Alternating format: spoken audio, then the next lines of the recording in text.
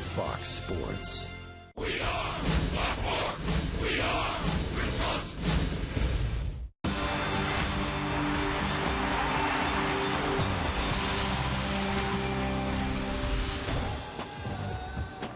Ramirez, center field. Cousins at the track, at the wall, it's gone! Aramis Ramirez has won it for the Brewers.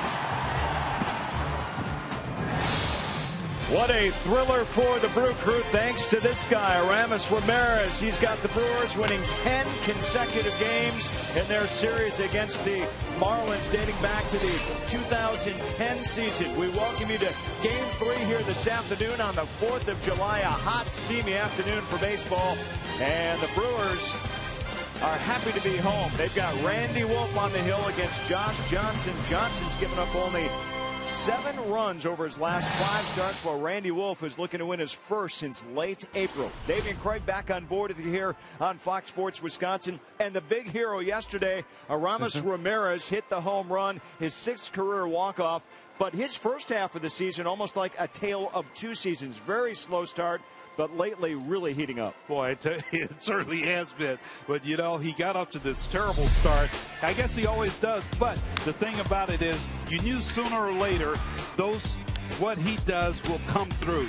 And we've seen it. He's done it against the Brewers in the past with the Cubs. But now he's with the Brewers, and they were looking for that run production, and now he's producing. And, boy, what a sight to see, because this guy's a very good professional hitter. Big-time numbers, and the Brewers have regained their Miller Park magic. Winners of 4 straight and 10 of the last 13 at home. BN Rock talk winning streak when we come back on Fox Sports Wisconsin for Game 3.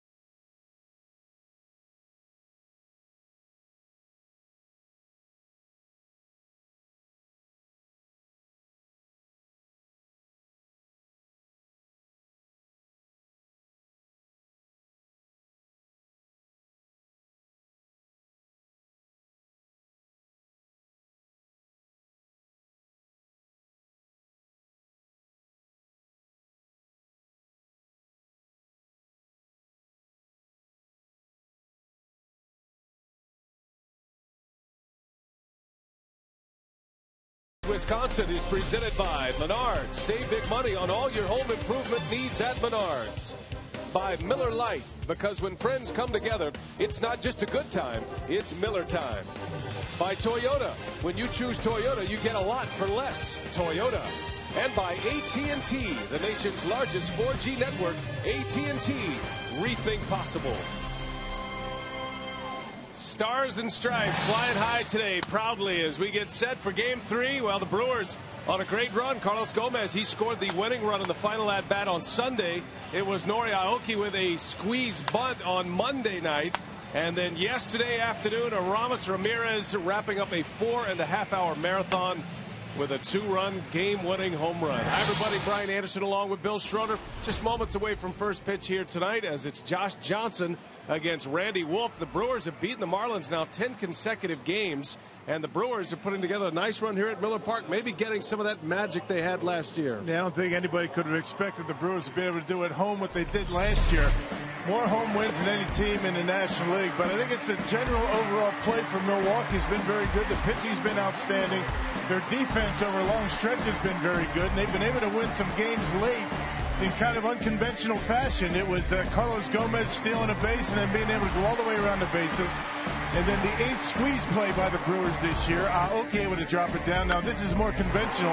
The big fly, this is what you would expect from the Brewers. Aramis Ramirez yesterday, a 2-run home run to win it.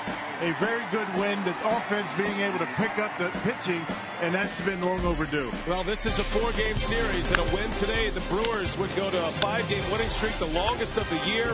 They would also win their 5th consecutive series here at Miller Park. 4th of July in Major League Baseball, and it's coming up next.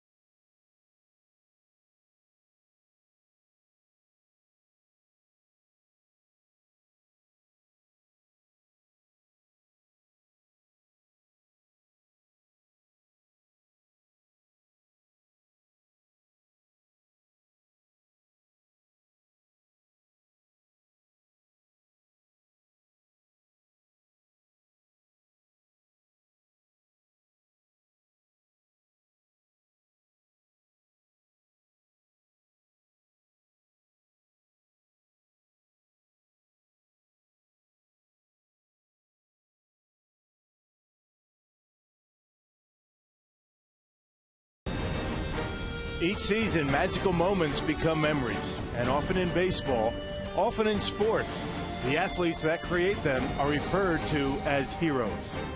But this afternoon, America's pastime and its passion honor true heroes. The men and women, sons and daughters, the mothers and fathers, and brothers and sisters who have fought and sacrificed for the freedom to play this wonderful game. Today may be just one game out of 162, but the freedom to play is why we are thankful this afternoon. Independence Day baseball, and the Brewers at Miller Park led out onto the field by Randy Wolf, the left-hander. Needs a big start today as the Brewers try to keep a winning streak alive. It's the Brewers and the Marlins, third game of this 4-game series, and the Brewers, having won 4 in a row now, dropped the first game of this homestand to the Diamondbacks, but they have not lost since. And the Fightin' Fish, the Miami Marlins under first-year manager Ozzie Guillen, coming to the Marlins from the Chicago White Sox. World Series winning manager with the White Sox. His team is off to a slow start this month after sweeping the Philadelphia Phillies. They've lost the first 2 of this series. And his batting order today is Jose Reyes leading off. Donovan Solano batting second with Hanley Ramirez in the 3-hole. Ruggiano, Infante, and Austin Kearns in the middle. Gabby Sanchez, Brett Hayes, and Josh Johnson round out the batting order for the Marlins against left-hander Randy Wolf. And Ron Roenicke desperately needs a deep start from Randy Wolf here today. Yeah, looking for a minimum 7 innings out of Wolfie, making start number 17, 2-6. Has not won since the end of April at San Diego. Certainly needs a good outing here today and some run support. Brewers bullpen was roughed up yesterday, but a game the Brewers were able to salvage with that dramatic home run, that 10th inning home run by Aramis Ramirez to keep the winning streak alive. They have matched their longest winning streak of the season at 4. And the game's first pitch is popped up by Reyes. 1 pitch and 1 out for Randy Wolf. And that's how the day begins for the man from Southern California. Ryan Braun, Nigel Morgan, and Nori Aoki in the outfield today behind Wolf. It's Ramirez, Izturis, Weeks, and Hart around the horn. George Gutierrez does the catching with Randy Wolf on the mound. Brewers defense brought to you by Menards. Dan Bellino will call the balls and strikes. DJ Rayburn, Daryl Cousins, and Ron Kolpa on the bases. There's strike 1 to Donovan Solano. Noticeably absent from the Marlins lineup again today is Giancarlo Stanton. He's bothered by a balky knee, and there's some question whether he might not play the rest of this series because he missed yesterday, not in the lineup today, and Ozzie Guillen saying he's not available. And we'll have to wait and see about tomorrow for the finale. Yeah, it certainly makes your job a little bit easier out on the mound, particularly for a lefty. And Hanley Ramirez back in the lineup today. He sat it out yesterday, although he came in late. Big offensive day yesterday for both teams. Amazing. Yeah, the Brewers and the Marlins, and the Marlins attack came late. Brewers had a 9-2 lead going into the 7th inning, let it get away, and the Marlins actually tied it in regulation, then went ahead on a Reyes homer in the 10th inning. But Ron Roenicke's club picked themselves up off the deck in that 2-run home run with 2 outs in the bottom of the 10th by Ramirez. As Solano strikes out. 2 up, 2 down for Randy Wolf. It is the hottest day of the series. And just very unusual heat for this part of the country. 101 degrees. And it's actually warmer on the field, believe it or not. There's not a lot of circulation down there. And it shows some breeze there, 12 miles an hour, but none of it really down on the field. It is very hot. This is Miami weather. Hot and humid. Not unlike Miami's new ballpark, Marlins Park, they have air conditioning. No AC here, so the roof stays open. Hanley Ramirez hits one sharply to Izturis. And Randy Wolf off to a good start. 3 up and 3 down with a strikeout. Brewers are coming to bat.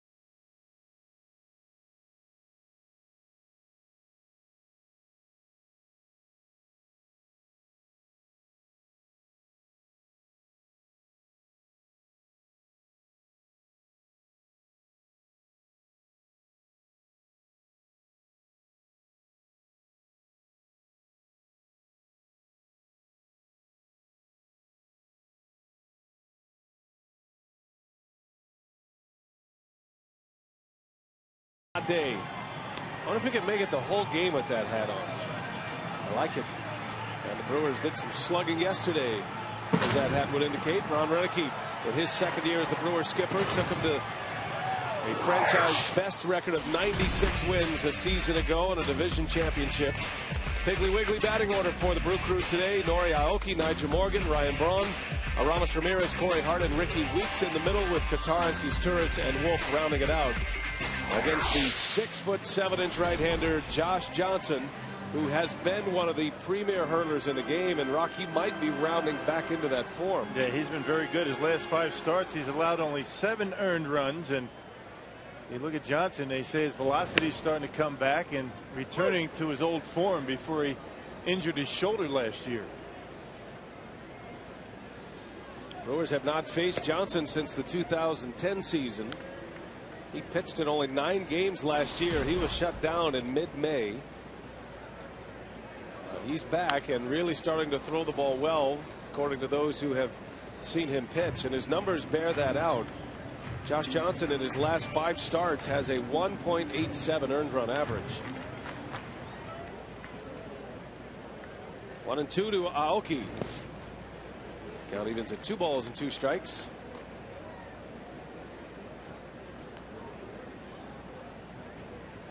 Aoki back in the leadoff spot with Gomez on the bench to start play today.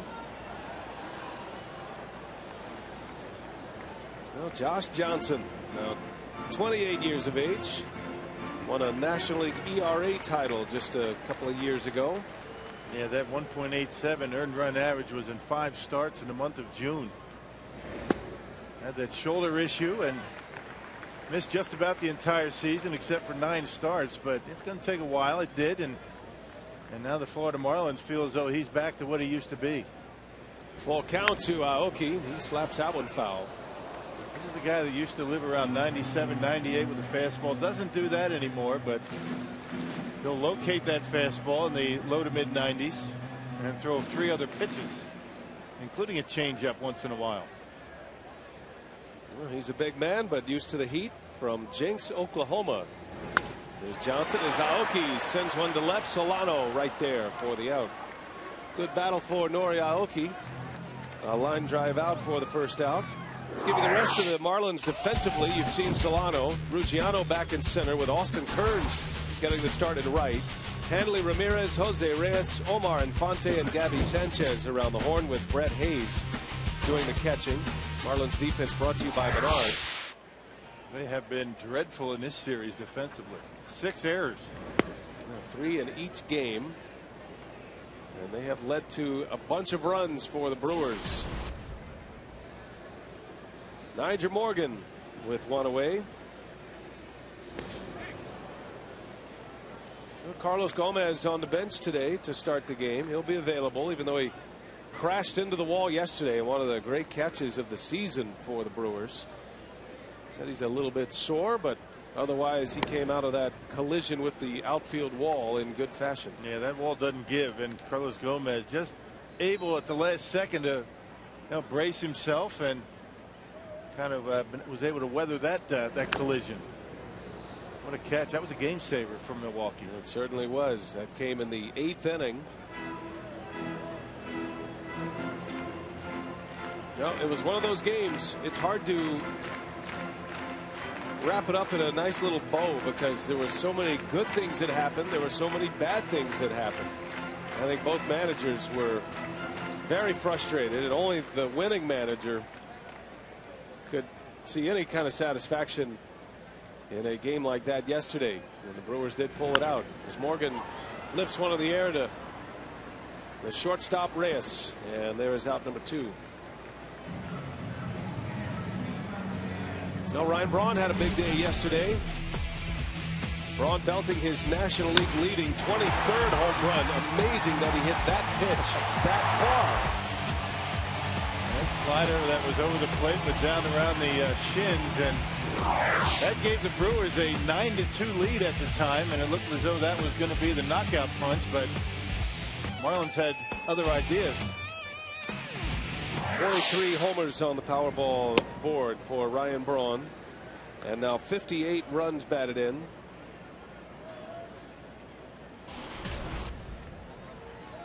What a season it's been for Braun. Has answered all of the critics. His numbers much better than during this stretch in his MVP season last year.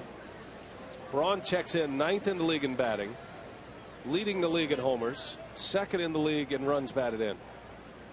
Carlos Beltran has 63 RBIs for the Cardinals. And Braun starts today with 58. The league's leading hitter is Pittsburgh's Andrew McCutchen at 360. Well, Braun checks in at 309. And all these numbers for Ryan Braun after a relatively slow start for him. Beginning of April. Took him a while to get going. And you wouldn't call this season for Braun a healthy season. He's been able to stay in the lineup, but Braun has dealt with a number of leg injuries, had a hip injury, an Achilles strain. On the ground, short. Jose Reyes will take care of Braun, and a 3-3 down first for Big Josh Johnson.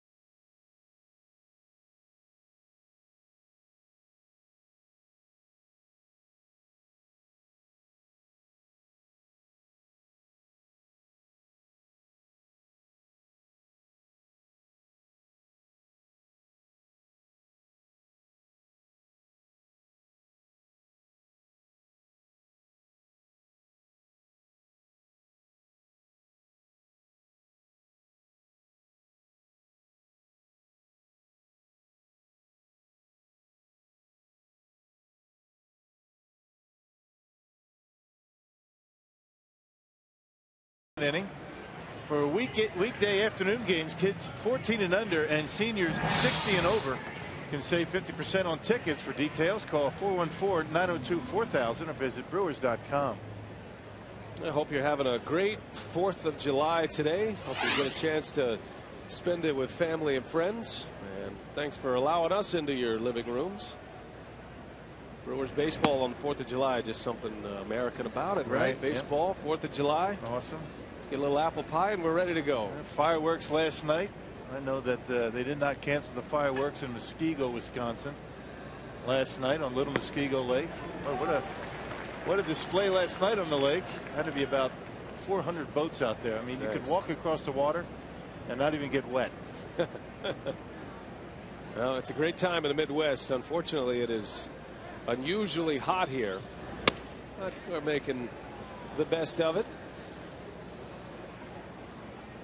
Roof is open. You might have read the story. The Brewers are going to keep the roof open even if a stray thunder shower comes across. We could actually see the tarp at some point over the next 2 days. Don't say that. Don't say that. I've never seen the tarp. I mean, I see it rolled up over there, but it's just maybe when we leave. It's a regulation. If you have a stadium that can open, you have to have a tarp just in case the roof doesn't work.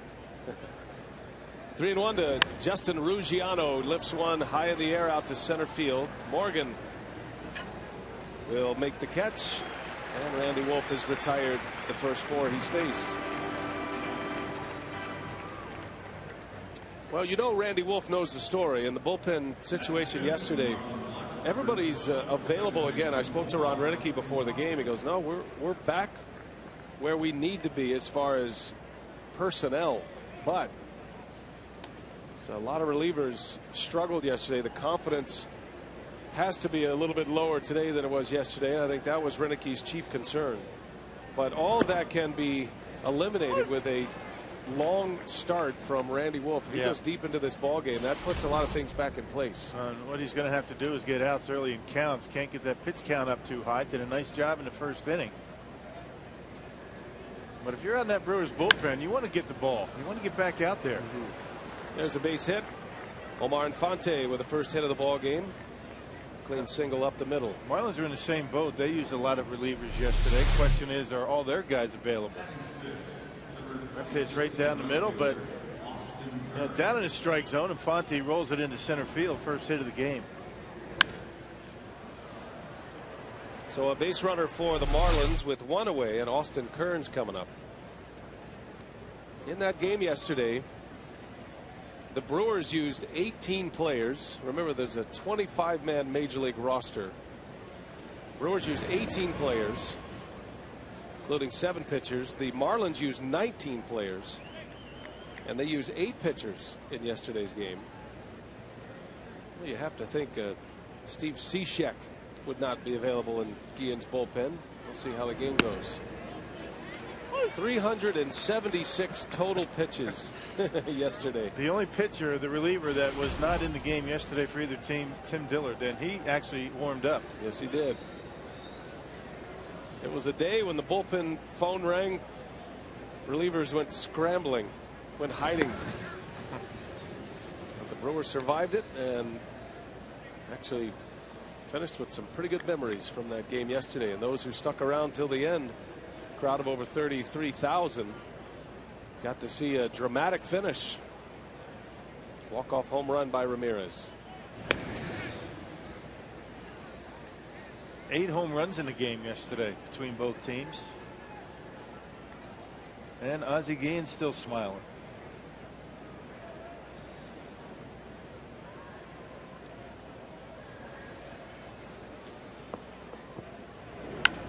Kearns into center field. Morgan makes the catch.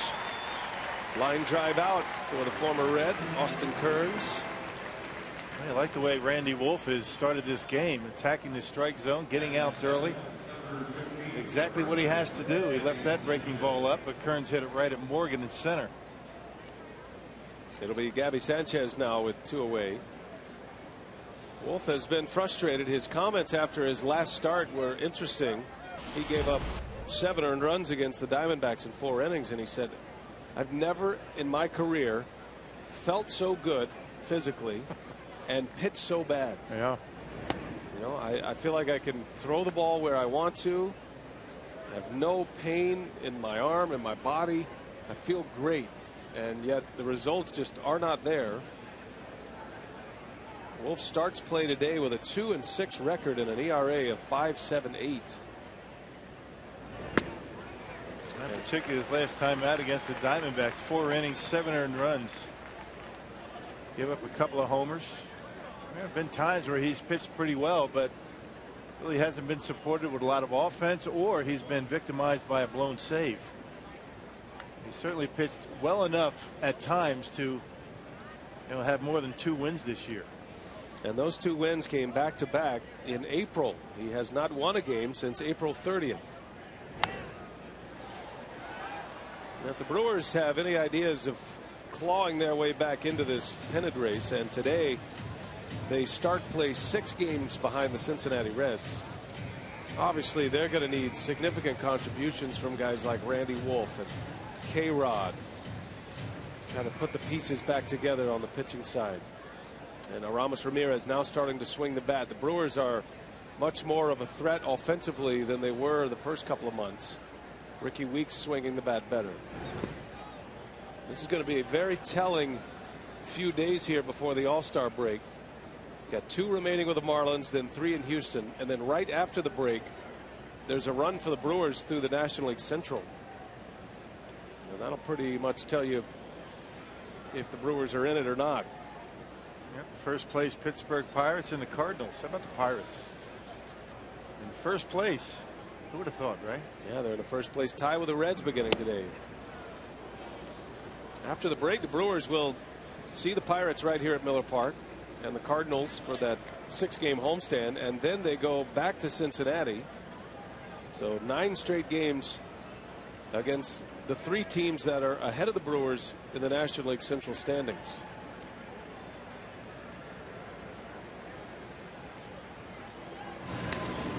In this 4-game winning streak, the Brewers are 4 games under 500. 38 and 42. Now 3 games over 500 at home. Ron Roenicke pleased in their overall play. And bullpen disappointing yesterday, but it's been a while since the Brewers pitching staff has given up those run totals. Runner goes on the 3-2. It's outside, ball 4, and the Marlins have 2 on with 2 away.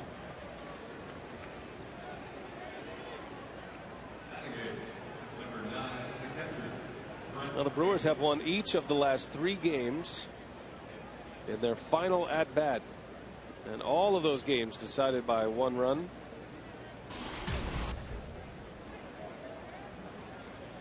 And as we talked about in our open, the Brewers have won 10 of their last 13 games here at Miller Park, and a chance to make it 5 consecutive winning series here at Miller Park with a victory today.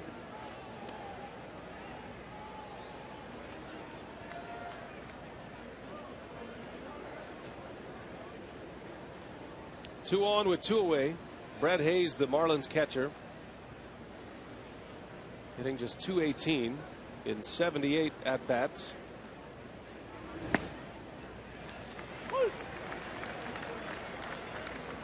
And the Marlins have not been able to get much offense out of the catching position. John Buck, numbers way down, although he hit a big home run in yesterday's game.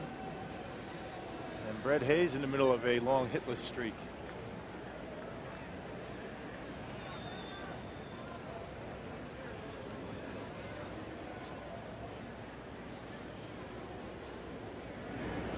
Slow curve misses down and in. 2 balls and a strike on Hayes.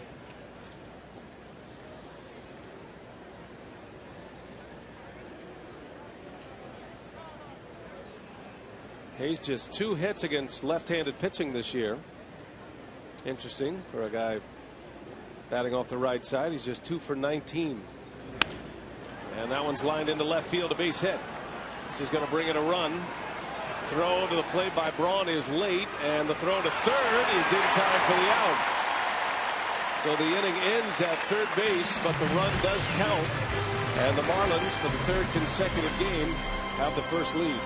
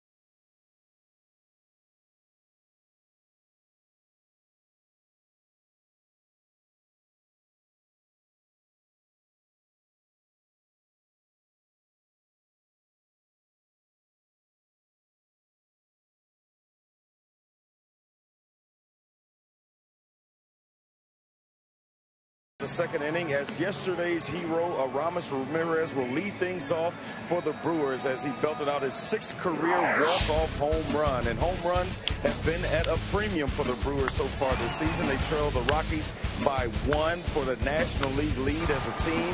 As I mentioned, Aramis Ramirez went deep yesterday along with Ryan Braun for his 23rd home run, and Corey Hart also belted one out. So while most of us will wait to pop our fireworks, tonight the Brewers have been popping them with the bats all season long on this 4th of July. Brian? All right, thanks, Telly. Yeah, the Brewers 3 homers yesterday. The Marlins hit 5 in yesterday's game. And there are plenty of fireworks references for all those who covered that game yesterday. Josh Johnson back on the mound. The Marlins have given him the lead as Aramis Ramirez takes ball 1. Got a nice hand when he was introduced. Ramirez. Well, the numbers just continue to rise month by month. Right off the end of the bat, that's falling fast. Base hit for Ramirez. It really shouldn't come as any surprise because this is what Ramirez has done throughout his career. We talked about the slow starts. We talk about it all the time, but that's what he does. Not a good starter for the season, but you know, as the season starts to warm up, able to become productive again, and he takes a Josh Johnson slider and dumps it in the right. Well, Ramirez, even with the slow start, is on a pace for a 20-homer, 100 RBI season. As Corey Hart steps in with a runner at first. Man, this is the halfway point today, partner. Game 81. 81. Brewers are 38-42. Same record for the Marlins.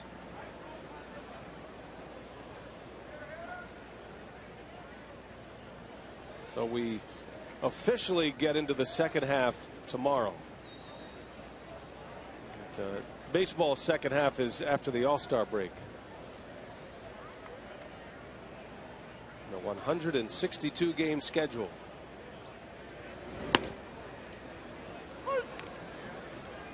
Pretty good slider from Johnson. They call it a true slider. Doesn't break much, but breaks late and sharp.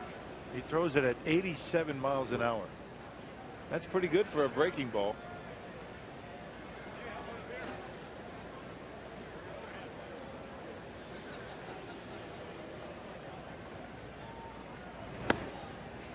He missed inside with a fastball.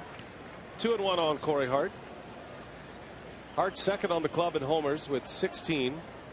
Hit number 16 yesterday in the bullpen. It was a funny moment here at Miller Park. Livan Hernandez was out in the bullpen and made a nice catch on it. Hernandez ended up with the win yesterday. Surrendered what looked like a game-winning home run for the Marlins in the top of the 10th, but then Livan saw his offense respond. His first win as a Brewer.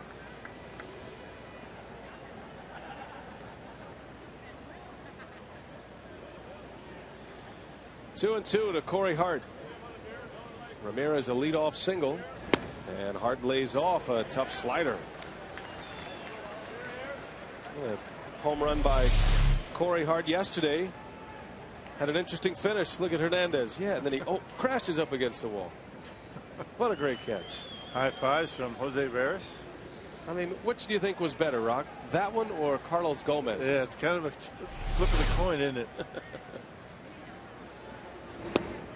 Well, Hart takes 2 wicked sliders from Johnson. And you know he's got to be saying, now the scouting report says he'll chase that pitch. I'd say the one before that looked like a pretty good pitch, but it wasn't called. This one off the outside corner, just barely, but I'd say that's a tough pitch to lay off of when you throw it as hard as Johnson throws it. That's a good sign when Hart is taking that kind of slider. That is a pitch that can give him fits. Same for Ricky Weeks.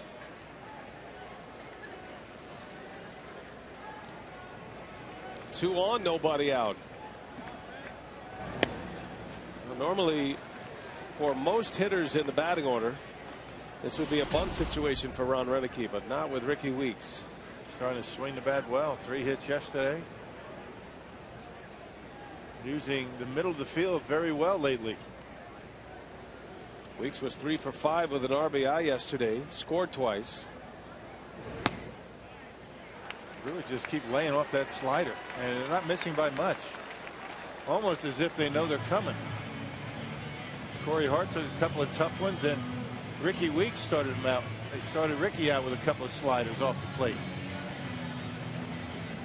Brett Hayes with a quick trip to the mound. You can almost see it in his body language, like, oh, those are great sliders. And how come they're not swinging at those?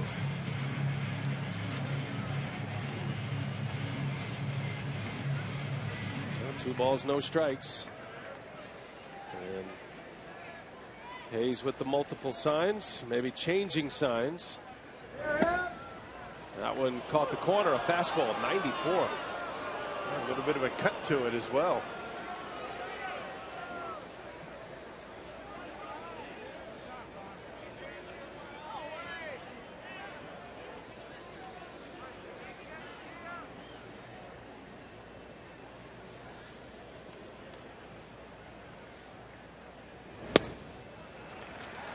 Three and one. Well, the normally free swinging Brewers, in Josh Johnson's mind, have turned into the New York Yankees all of a sudden. Yeah, taking some very close pitches, but they're off the plate. Well, Weeks has got the count in his favor. See if he can square one up. He chased one. Full count on Weeks. His batting average starting play today is at 194. He's been working hard to get it off the interstate.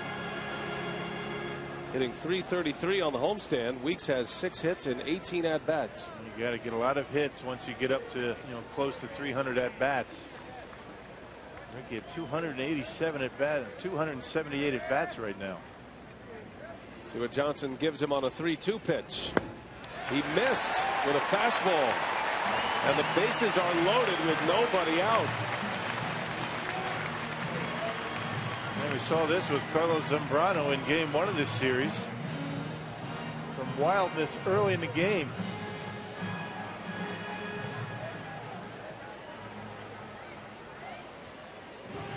Randy St. Clair, an early visit with his ace. You got to figure that the Marlins are in the same boat that the Brewers are with respect to the bullpen. So I think the Marlins are looking for a long outing from Josh Johnson today. Well, a reminder here, this MLB on Fox season. Fox Sports is proud to support Boys and Girls Clubs of America, a place where youth can reach their full potential as productive, caring, and responsible citizens. To learn more, please visit greatfutures.org/Fox Sports.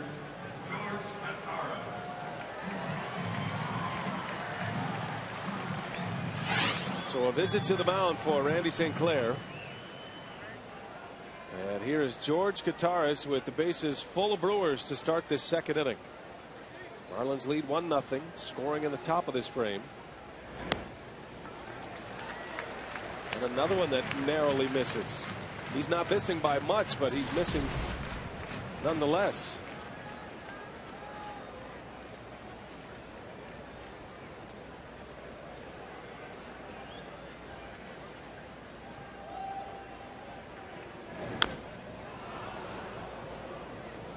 A lot of breaking balls from Josh Johnson in this inning. Wow. That was a curveball to George on a 1-0 count. Apparently really not trusting his fastball. I figure George is saying he's got to give me a fastball here. Gives him the curveball.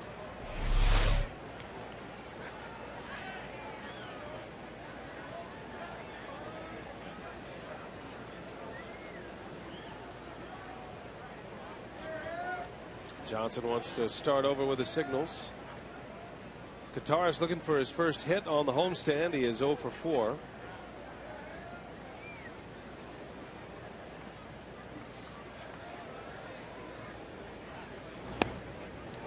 Two and one. Cesar Izturis due to hit next. It's been a long home run drought for Kottaras.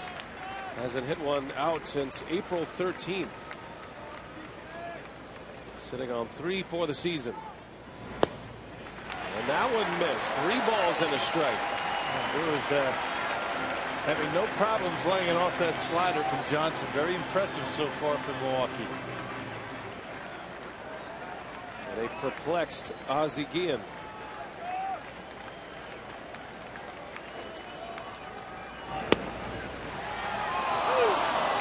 Fastball strike.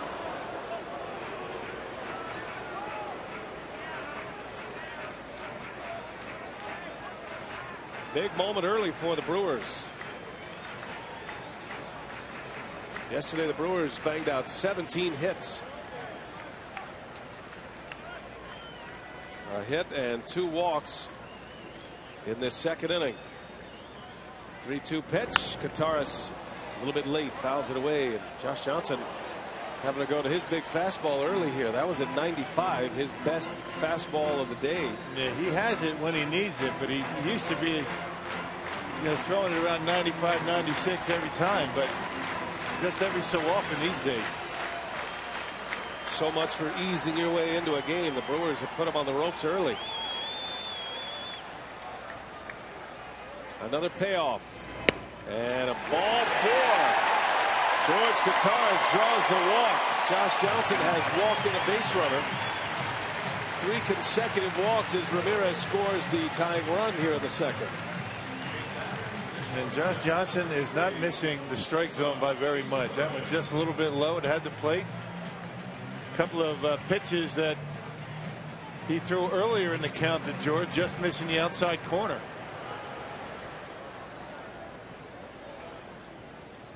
So here is Izturis now, making his second start of the series. And Johnson misses again.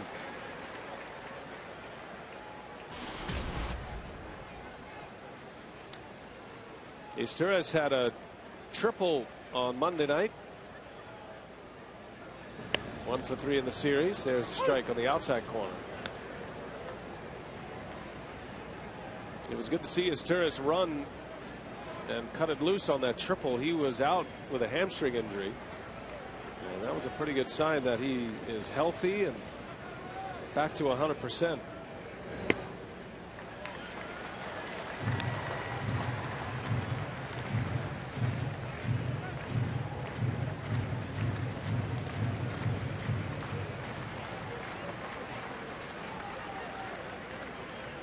Bases loaded, nobody out. Izturis trying to do some damage, and he swings and lines one to center. That's down, a base hit. In the scorer's heart, Weeks will be held, and the line keeps moving. RBI single for Cesar Izturis, who's starting to find his stroke again. You mentioned the Brewers haven't seen Josh Johnson since 2010. He has never lost to Milwaukee. And he has never given up more than 2 runs in any of his starts against the Brewers. And the Brewers able to play 2 runs in the second inning. Nice at bat by Izturis. He took a slider down and in, and then Johnson gave him a fastball over the plate.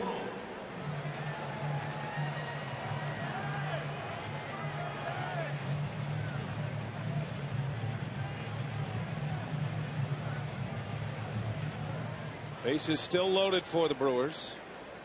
2 hits and 3 walks in the inning, and the pitcher Randy Wolf at the plate. 2-1 Milwaukee.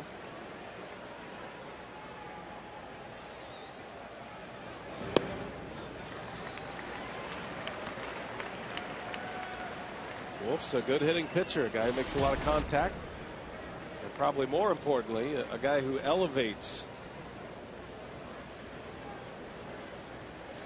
The only concern here is Wolf bouncing into a double play. And a bouncing ball to short. Got a chance to turn it. And the throw is high. Infante, very poor throw. A run will score to make it 3-1. And Randy Wolf will be credited with a run batted in as he hustles his way to first. Yeah, another poor defensive play by the Marlins. They've committed 6 errors in this series. That's not going to be an error, but it's certainly a double play that should have been turned. So instead of 2 outs in the inning, now Aoki comes up with 1 out, and the fly ball will score another run. Terrible relay by Omar Infante, pulling Sanchez off the bag. So one gone. Runners at the corners now for Aoki. Back to the top of the order. And a bouncer that gets through. A base hit. Guitarra scores. 4-1 Brewers. RBI single for Nori Aoki, who has extended his hitting streak to 11 consecutive games. Then messing around, Aoki getting a first pitch fastball, looked like a two-seamer. And with Sanchez holding the runner, he's not able to get it. And into right field. It's a very impressive at-bat from Milwaukee in this second inning. 4 runs in on 3 hits. Nyjer Morgan now Laying off pitches out of the strike zone and taking advantage of mistakes that Johnson's been making.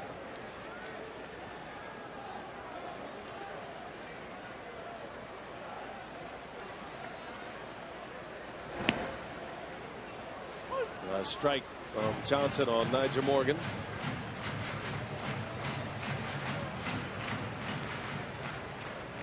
Aoki and Wolf aboard with 1 away. Ryan Braun is due to hit next.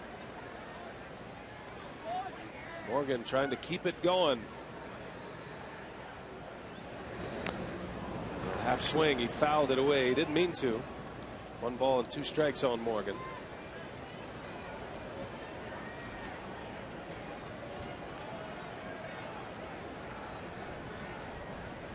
The Brewers have won 10 consecutive games against the Marlins. The longest active winning streak in any intra-league series in the majors. The Brewers have not lost to the Marlins since the 2010 season. Swept the season series last year, 7 games total. They'll have 8 with them this year, 2 4-game series. And if you ask anybody on either team, they'll have no idea why. Just one of those things. Brewers have had that kind of success against the Pirates in the past, not right now. But with the pitching that the Marlins can throw at you on a daily basis, I mean, they got some good arms. Yeah. Brewers have just been able to figure out ways to win. Well, they're off to a good start today. 4 runs in, thirsty for more. As Morgan takes ball 2. Ton of pitches here for Josh Johnson in this inning. His pitch count is already at 52 for the game. Couldn't be worse news for Ozzie Guillen, because his bullpen has been used quite a bit. A lot of pitches out of the strike zone for Josh Johnson. Only 16 strikes. 18 balls, 16 strikes in this inning alone. As Morgan, a little flare to right field. That's down, a base hit. Wolf will be held around third. He was trucking on his way to the plate. Ed Cedar says, no. We got the MVP coming up, Randy. And we don't need you in a pile at home plate. More importantly, we need you out on the mound. Well, there's that slider up in the strike zone, maybe a cut fastball, but Nyjer able to get enough of it to dump it in front of Kearns and right. And Randy Wolf could have sworn he was going to get the go sign, but nothing doing. Has to go back. Look how shocked he was that the stop sign went up. Come on, Eddie, I can run. Well, here is Braun, the 9th batter of the inning. Wolf, Aoki, and Morgan all aboard. Again, no error in this inning, but a botched double play ball on a pivot by Infante has opened the door for Milwaukee. Ryan Braun has 3 career grand slams, in case you were asking.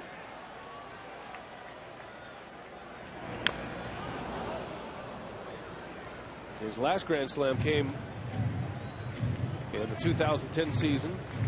That was in Anaheim when Ron Roenicke was still coaching with the Yankees.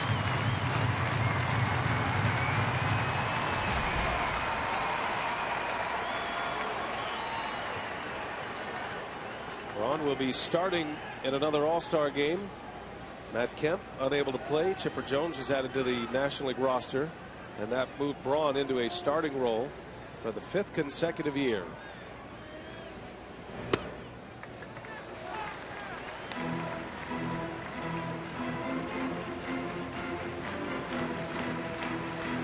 Johnson getting into the danger zone here with pitches in an inning on a 100-degree afternoon in Milwaukee. Bullpen is active for the Marlins. Pitch number 38 of the inning coming.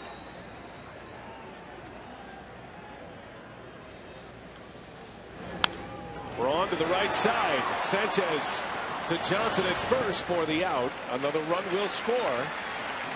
Terrific play by Gabby Sanchez just to get another out, but the Brewers add one more to it. It is 5-1. Ryan Braun with RBI number 59.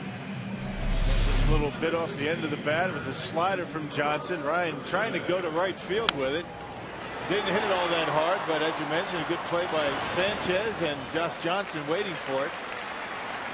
A 5 spot against Josh Johnson in the second inning here. And the 10th batter of the inning, Aramis Ramirez. He started all of this with a little flare single to right.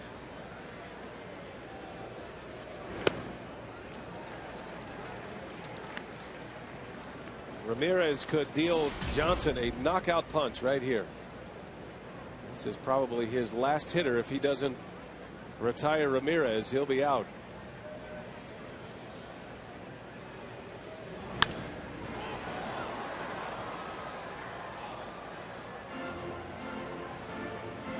Five runs on 4 hits, 3 walks in the inning. 5 different players with RBIs in this inning. Braun, Aoki, Wolf, Diaz-Turris, and Kataris. And it's all because of very good plate discipline by Milwaukee, laying off that slider, forcing Josh Johnson to get that breaking pitch up in the strike zone and having to come in with a fastball.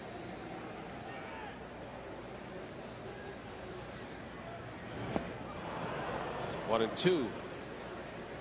Ramirez chases a breaking ball. That's a pitch the Brewers have been able to lay off for the most part in this inning.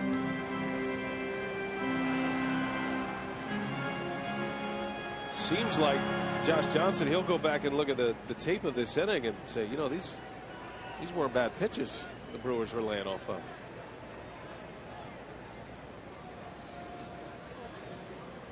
Yeah, they didn't miss the strike zone by much, and the Brewers were laying off of them. That's probably one of the worst sliders he's thrown thus far and resulted in a swing and a miss. 1-2 to Ramirez. To right field. Austin Kearns is under it, and this inning is finally over, but the Brewers do big damage. 5 runs in, 3 walks, and 4 hits for the Brewers, and a 5-1 ball game.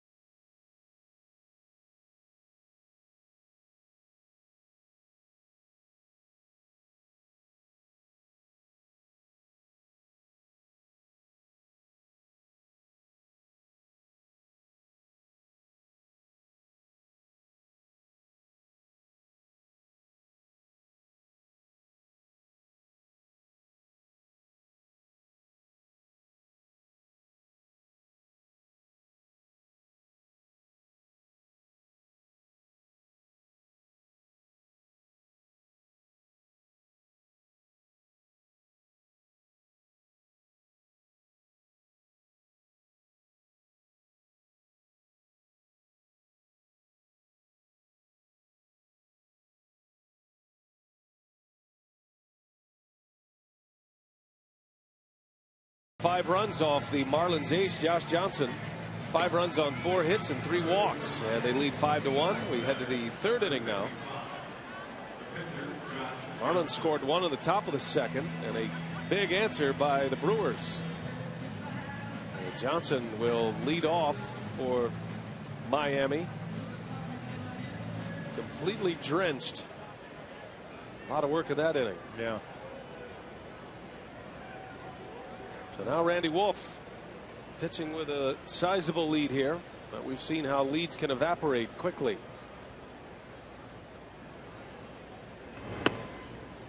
Johnson, believe it or not, you wouldn't know it by the stats, but he is a good hitting pitcher. Has just one hit this year. He's 1 for 21 at the plate this season. He missed as much time as he did. Mentioned only 9 starts. It's not just, you know, rust on the mound, but rust on the plate. You're right. He's got some pretty good power. He's got a home run against Milwaukee. Hit that one against Dave Bush. Yeah, that was his first major league homer, and if I remember, that was about a 400+ foot homer to center field in that game. 6'7", 251 pounds. I imagine pack a pretty good punch in that bat. See that brace he wears on his pitching elbow. Right-handed pitcher, left-handed hitter.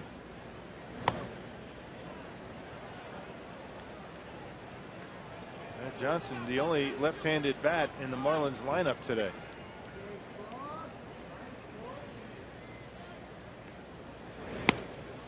There's strike 2. Well, you think about the Marlins' second. The inning ended at third base. Gabby Sanchez trying to advance on a throw to the plate. Well, who knows where that inning was headed. With Johnson coming up, it would have been first and third. A swing and a miss. Randy Wolf strikes him out. Out number 2. Out number 1. Strikeout number 2. Beg your pardon. Carsoup.com. Email the booth question. What is your favorite 4th of July tradition, Rock? Frank in Milwaukee wants to know. I always like it when they honor the military. The Brewers do a nice job of that here at Miller Park every 4th of July. But you know, the fireworks, the cookouts, things like that. The red, white, and blue all over the place. What isn't there to like about 4th of July? Yeah, especially at a Major League Baseball park, right? Yeah.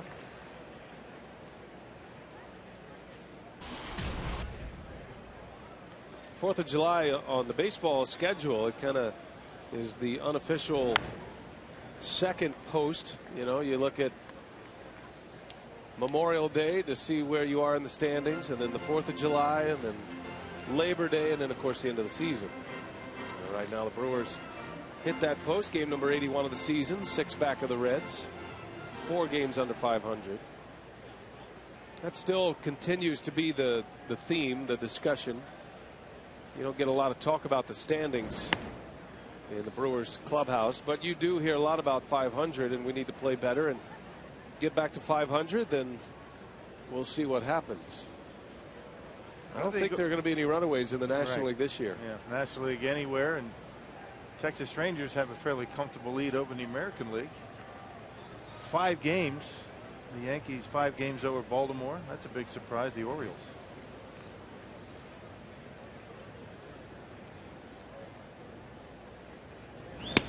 Swing and a miss. Reyes chases a fastball.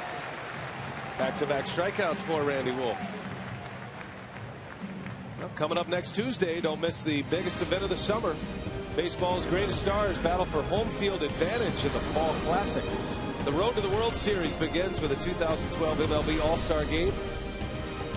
Tuesday, July 10th, 6:30 p.m. Central on Fox.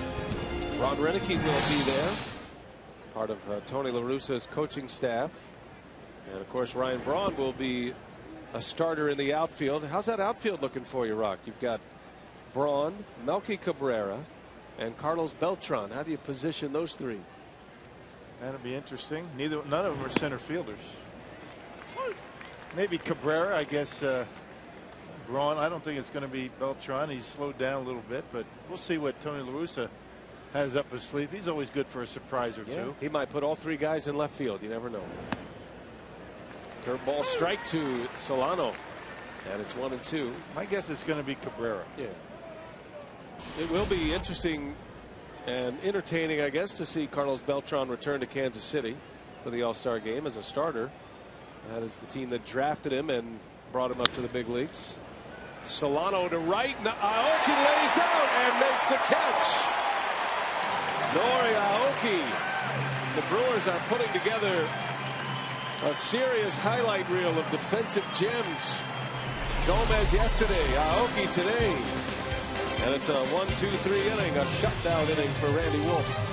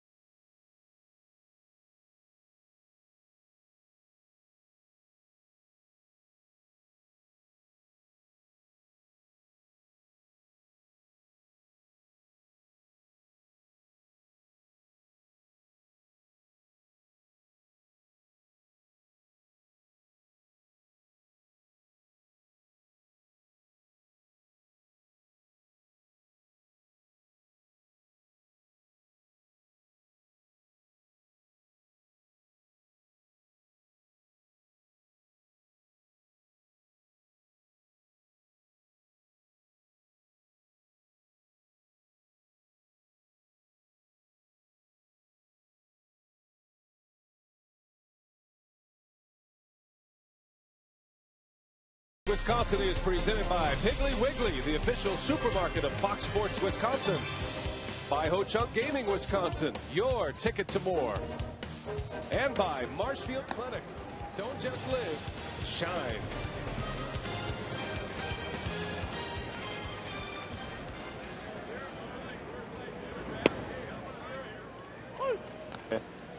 Josh Johnson back on the mound for the Marlins.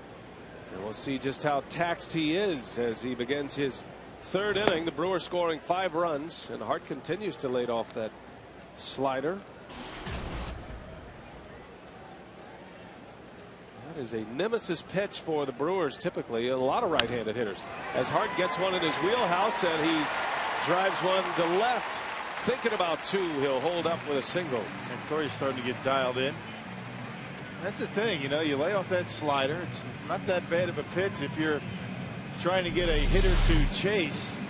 You lay off of it, you get the count in your favor, and then the pitcher's forced to come down the middle with one, and Corey able to take advantage of it.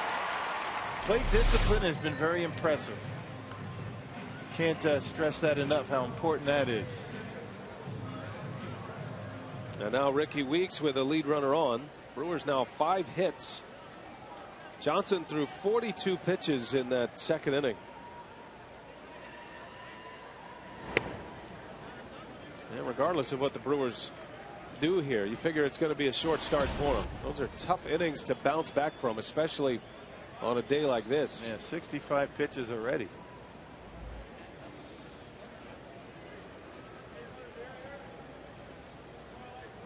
Weeks walked and scored in that second.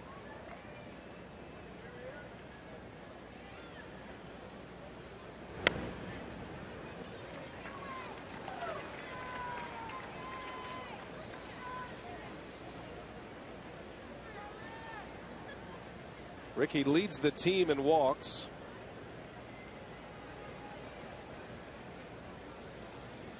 And he's among league leaders in that category as well. That walk in the second inning was his 45th. He is 5th in the league. Joey Votto leads the league in walks with 60. Right, Johnson have a tough time with that breaking ball today. Missed badly with the curveball.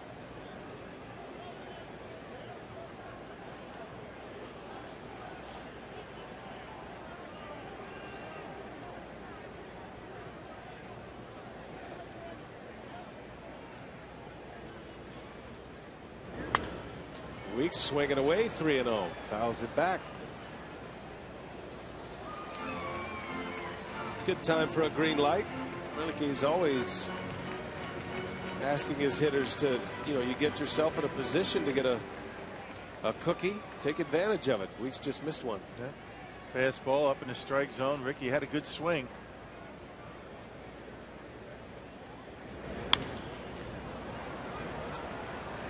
Three and 2 now on Ricky Weeks. The other thing it does, if you're a club that is known as a green light team, a team that'll swing 3-0, it doesn't mean a pitcher will just let one in there. I mean, he'll make sure that he works a corner. You might be able to work a walk out of it. Just the reputation alone could carry you forward. Usually only power hitters are going to get the green light. 3-0. Knock one out of the ballpark. Well, Weeks hits that one hard, but right at Reyes, and the Marlins turn 2. 6-4-3 double play. Hey, join Major League Baseball in helping those veterans who have done so much to help us. Log on to MLBcommunity.org or welcomebackveterans.org for more information on how you can make a difference. See the camouflage in the M on the Brewers hats.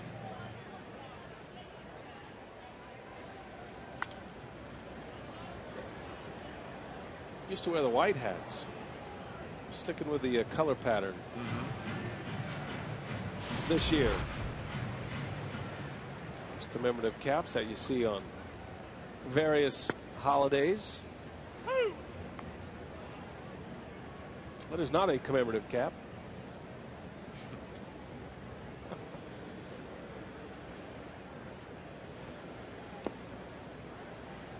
That would look good on you. The chicken. And that one would be something you would wear. Yeah, that's more like me. Right That's there. actually a likeness of Rock from his playing days. Now you know why they call him Rock. As Gutierrez takes a called strike 3. I wish I could argue. Quick inning for Josh Johnson. We go to the 4th at Miller Park.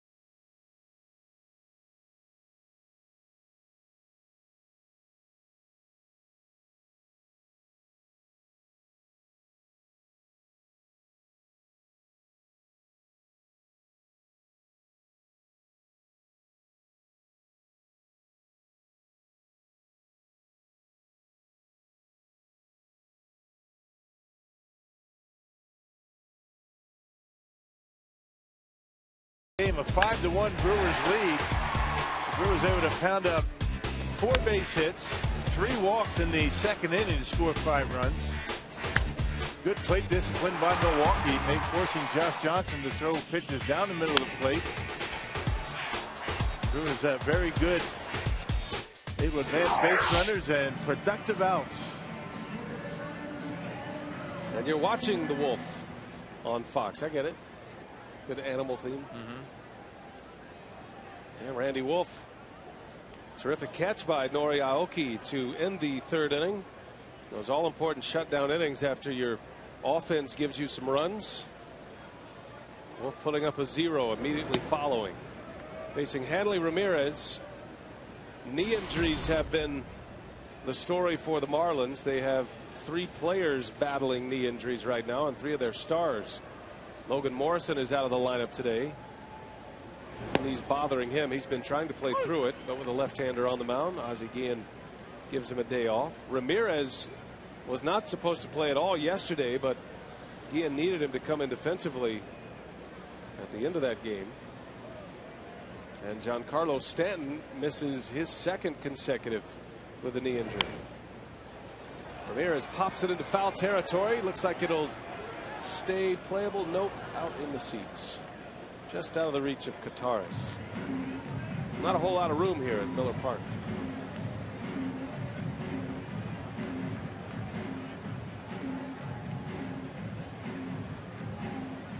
Hanley Ramirez, former Rookie of the Year. He and Josh Johnson broke into the league together, and both of those players were in the final voting for Rookie of the Year. It was won by Ramirez.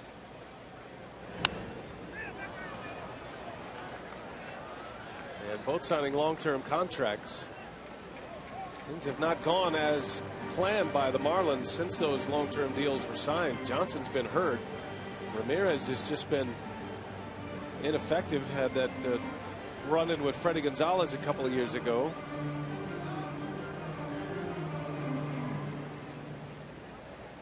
Players raving about Ozzie Guillen, though.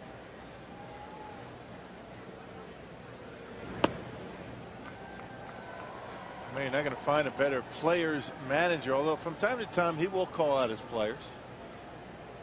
For the most part, he will defend them. And down year for Hanley Ramirez, who over his career is a 300 hitter, 306, and that includes a 243 batting average last year.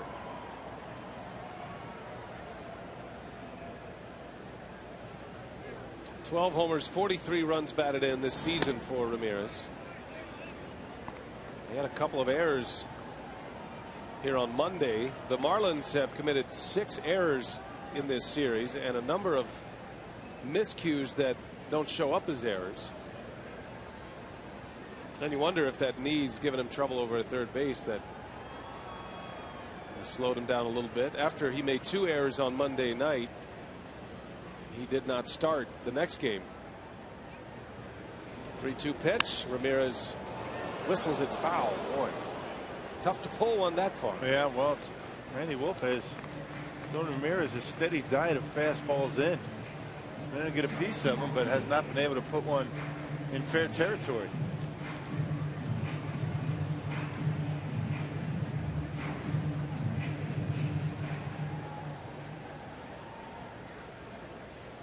So we'll do it again. Another 3-2 pitch.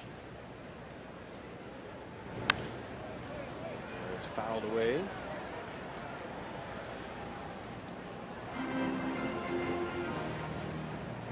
Hey, Randy's got pretty good command today.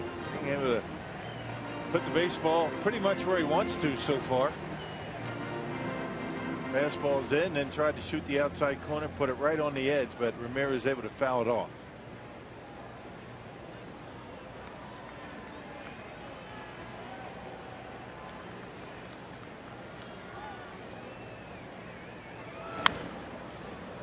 In the air to shallow right, Aoki. And Ramirez is retired after a long battle, a 9-pitch at bat. Well, we've got some visitors from the LPGA here today. The U.S. Women's Open at Black Wolf Run will be underway tomorrow. There's Angela Stanford. There she is. Smile, you've been officially circled by Fox Sports Wisconsin. Former U.S.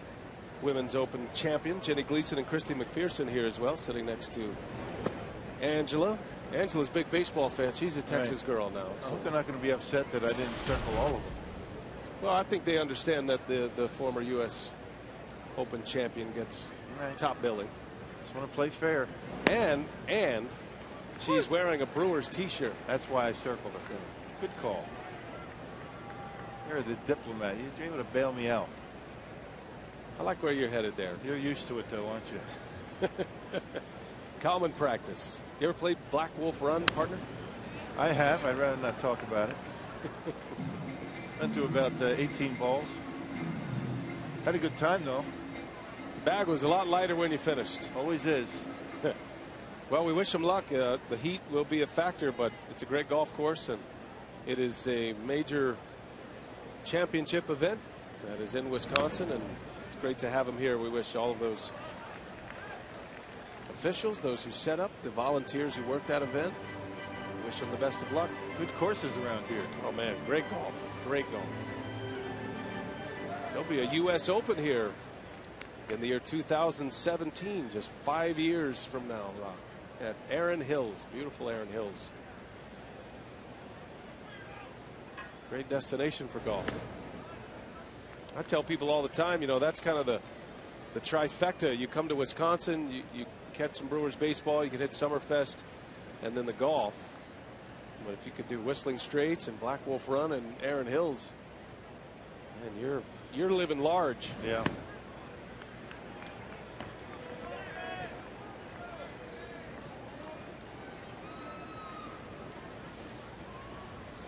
Say hi to our buddy Kay Cockrell. She'll be working on the television coverage from the Golf Channel. She's here covering the event this week.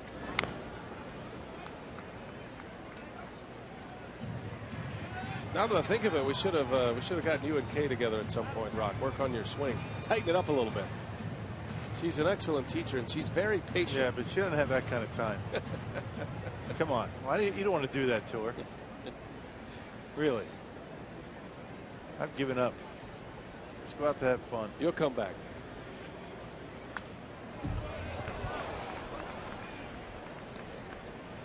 Count remains at 3-2. Omar Infante scheduled to hit next. Justin Ruggiano has been one of the Marlins' best hitters, finding a lot of playing time in the absence of Emilio Bonifacio and the knee injury to Giancarlo Stanton. Missed. Randy Wolf issues a walk, his second walk. Our AT&T trivia: which two active MLB ballparks has Chipper Jones not played in? Hard to believe that Chipper Jones, in a 20-year big league career, would actually not play in a ballpark. But he still has two. There's a very good chance that he will play in both of those ballparks this season. Then he can retire a happy man, because he would have seen them all until they build a new one.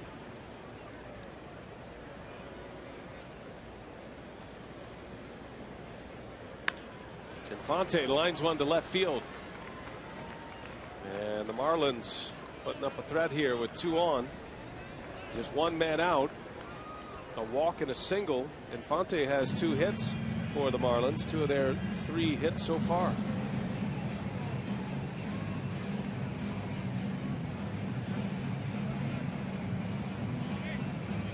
It'll be Austin Kearns now.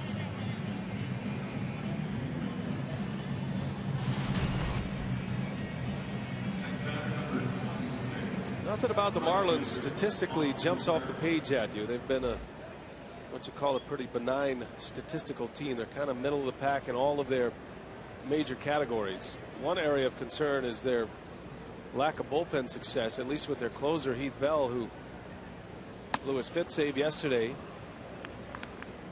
And a lot of concern over Heath Bell, who signed a 3-year deal with the Marlins prior to the season. He's been one of the top closers in the big leagues the last few years. That has not been the case for Ozzie Guillen this year.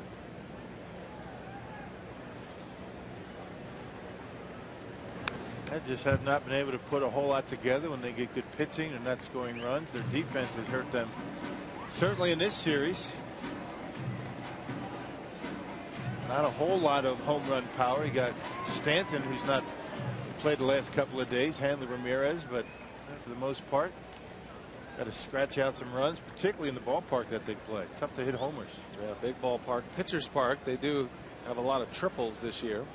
Runner goes, and an easy steal of third base for Ruggiano. Randy Wolf let him get a running start, and now it's 1st and 3rd with 1 out. That changes things a little bit.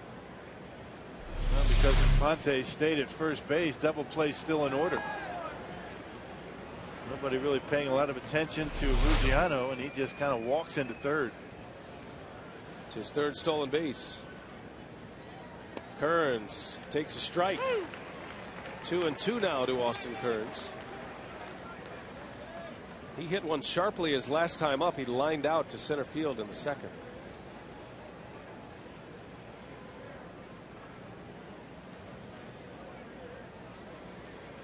Wolf could use a ground ball.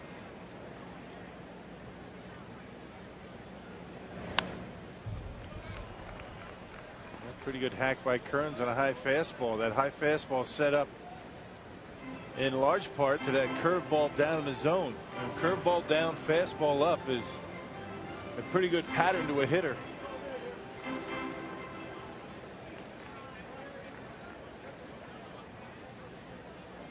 So we'll do it again. 2-2.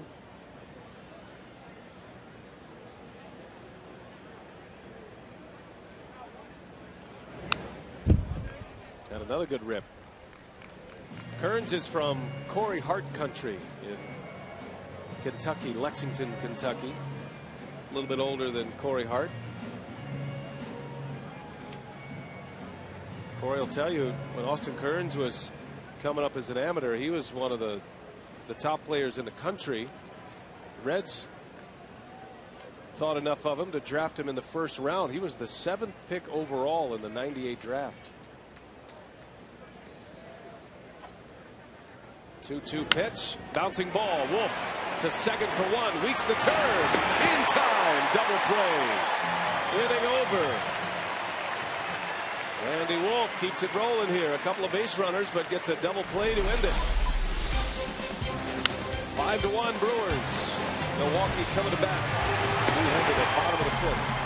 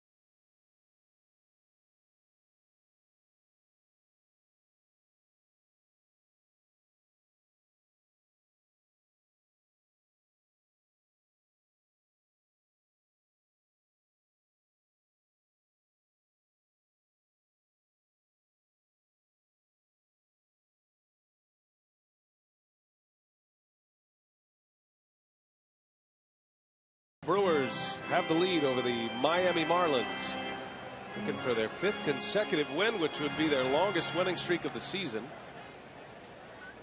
Josh Johnson, the Marlins ace, giving up all 5 runs in the second inning. The Brewers batted around in that inning. They sent 10 batters to the plate, as a matter of fact. Cesar Izturis had a key hit in that inning. As he dribbles one out in front of the plate, Johnson will take care of him for the first out. So 1 away as we check in with Telly Hughes. And BA, we check in with the Kruger community, which features the Fisher House, provides a home away from home for military and veteran families to be close to a loved one during hospitalization at the Clement J. Zablosky VA Medical Center in Milwaukee. Currently, veterans from 23 different states of all generations are traveling to Milwaukee VA Medical Center for treatment at the Spinal Cord Injury Center. Due to this need, the future Milwaukee home will be one of the largest built in the United States. The anticipated groundbreaking for Fisher House, Wisconsin is scheduled for 2013. To donate to Fisher House, Wisconsin, fans can visit www.brewers.com/5K fundraising. Brian? All right, thanks a lot, Telly. That's a great project, and we are certainly behind that 100%. Our buddy Pat Donahue actively involved in the Fisher House. He lost his son in Iraq a while ago, so a very worthy cause, the Fisher House. Randy Wolf with one away.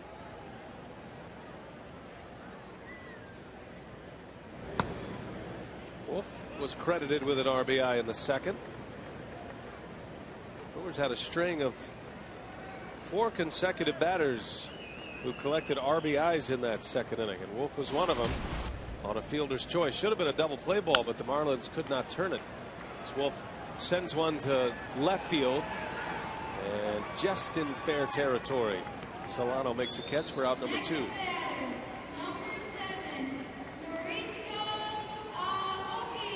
Time now to take a look at our Jimmy John's high-speed delivery. Josh Johnson, that fastball at 95 came in the second inning. Randy Wolf's topped out at 91. Johnson comfortably sitting at 92, 93. Had to reach back for a little extra in that big inning for the Brewers. The 91-mile-an-hour fastballs for Randy Wolf. Better located than the mid-90s fastballs for Josh Johnson so far. Nori Aoki, who had an RBI single in the second, takes ball 1. Pitch number 83 for Johnson here in the 4th. A strike, 1-1. Johnson's been in the big leagues as a full-time member since the 06 season. Was the ERA leader in 2010 in the National League. Had a 2.30 earned run average that year in 2010. Shoulder problems last year. Little chopper. Ramirez makes a nice play. The throw to first in time. And Josh Johnson has settled in here now. 5-1, the Brewers lead the Marlins.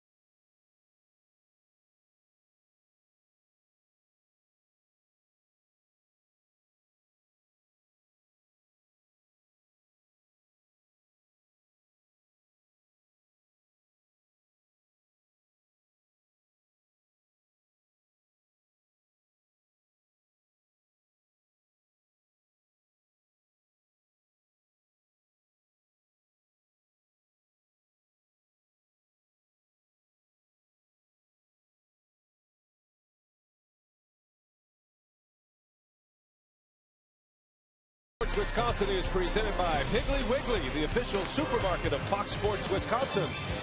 By Ho-Chunk Gaming Wisconsin, your ticket to more. And by Marshfield Clinic. Don't just live, shine. Hey, today's time of the game winner is Bass Lake Inn, located in Weyerhaeuser, Wisconsin. If they call the Brewers in the next 24 hours, they get 40 Miller Lite beer pen tickets. This offer courtesy of the Tavern League of Wisconsin and Miller Lite. 5th inning from Miller Park. And the Brewers lead 5-1. All 5 runs coming in the second inning. It was a 5-run 4-hit inning. The Brewers also drew 3 walks in that frame.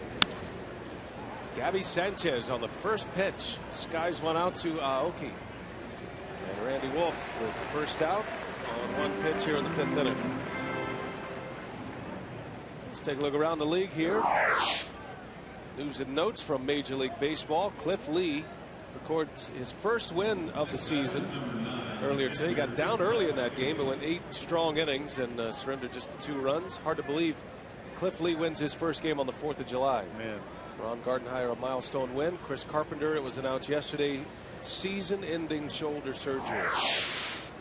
And you don't know if his career is in jeopardy. Those shoulder surgeries can be very tricky.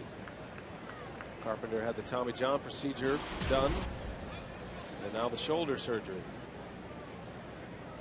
There are some rumors covering the Miami Marlins right now concerning trade talks. And it's coming from a couple of different spots, including Houston, Texas, where there's been some discussion that the Marlins might acquire or are in the process of trying to acquire Carlos Lee via trade. If you've been following some of the trade news, Carlos Lee was all but traded to the Los Angeles Dodgers, but he has a no trade deal. And he vetoed the trade to the Dodgers.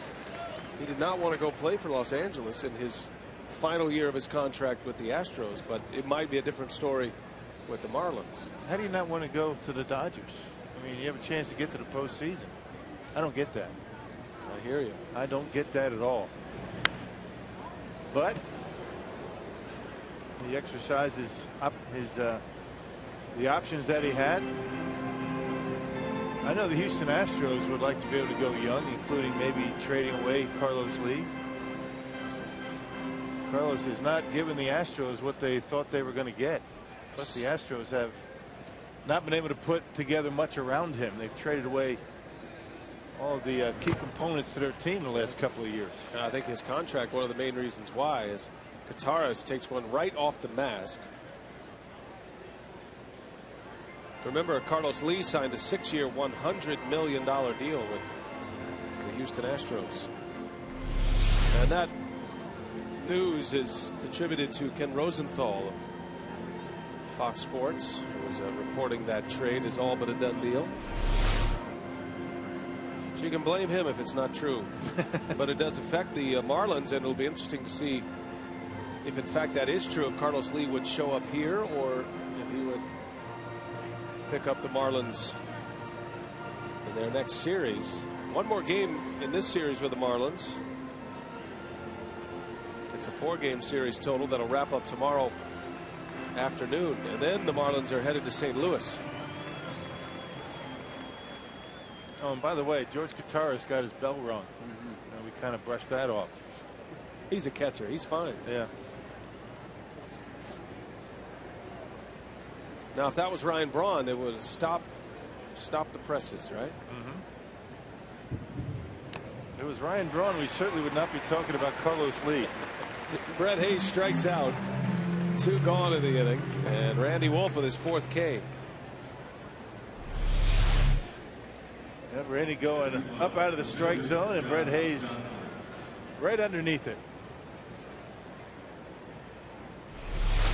And the pitcher Josh Johnson will bat. The only run the Marlins have scored against Wolf came on a 2-out single by Hayes back in the 2nd inning. Josh Johnson led off the 3rd. He struck out.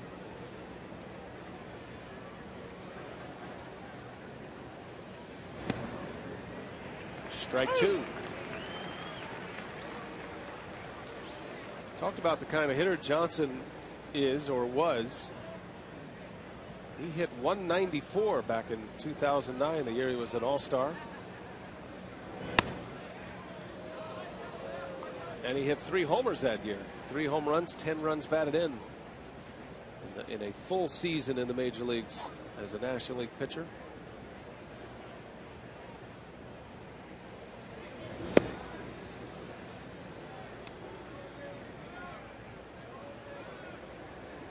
Even anything around 200, if you're a pitcher, you're doing a pretty good job.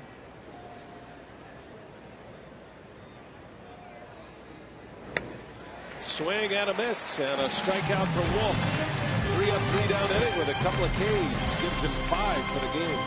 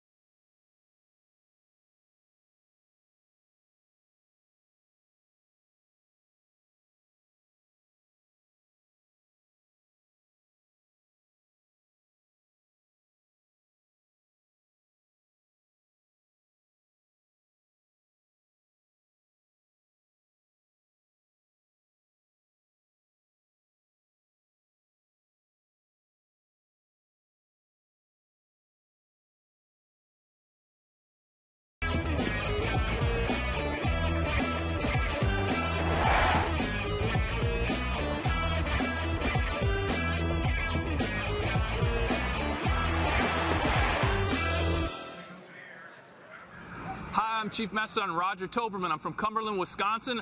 I'm here at Bagram Air Base, Afghanistan. Go Brewers! Hi to all my friends and family back home. Hi to BA and Rock in the booth, and I will see you in spring. Oh, that sounds great. Look forward to that. And all branches of the military represented here today on the field before the ball game, and a number of our men and women from the military in the seats taking this one in. Brian Anderson with Bill Schroeder, Telly Hughes. Great to have you with us today on Independence Day, the 4th of July. And the Brewers enjoying a home game.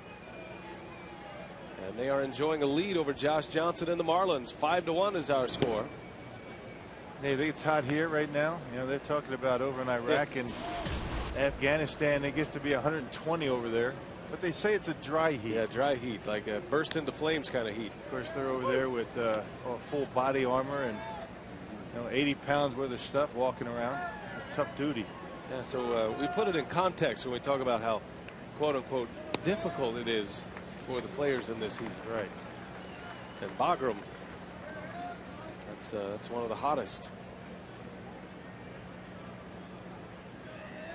3 balls and a strike on Nyjer Morgan. Strike 2. I'll say hey to Billy Schroeder, Bill's son. He's in the Army, and he's on leave. Got a couple of days here in Milwaukee. It's been fun catching up. As Nyjer bounces to Hanley Ramirez for out number 1. Back to our trivia, brought to you by AT&T. Chipper Jones added to the All-Star team, and we're wondering which 2 active MLB ballparks has Chipper Jones not played in. Believe it or not, he's never played at Kauffman Stadium. He'll have that chance on Tuesday. And of course, he hasn't played in Marlins Park. The Braves have been there, but Chipper was not healthy when they went there the first time. And that was mid-May. The Atlanta Braves were there for a couple of games. They're going back, though, shortly after the All-Star break, so he's got a chance to knock them both off.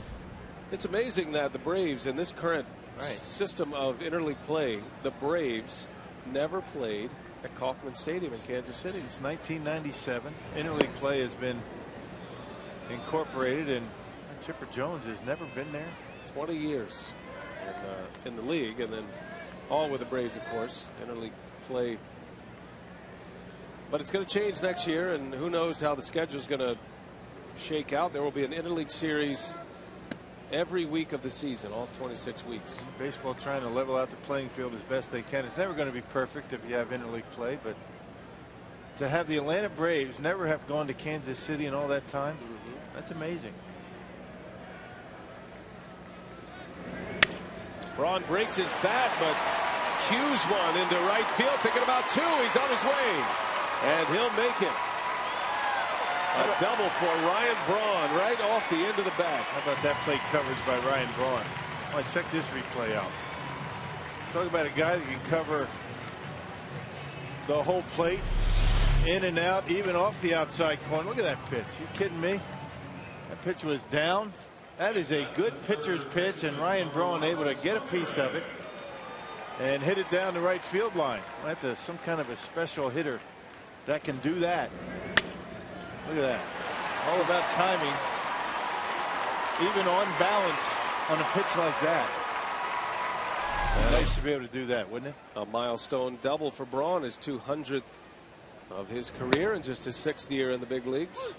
99 out of 100 big leaguers wave at that pitch.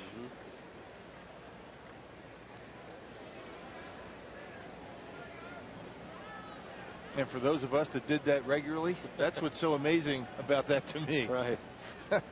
How do you hit that pitch? Fouling it off is good enough.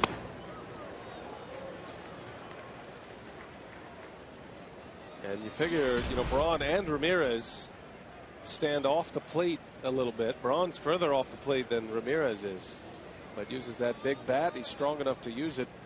Strong hands, wrists, forearms, and that gives him a little extra reach. Ramirez stands off the plate as well.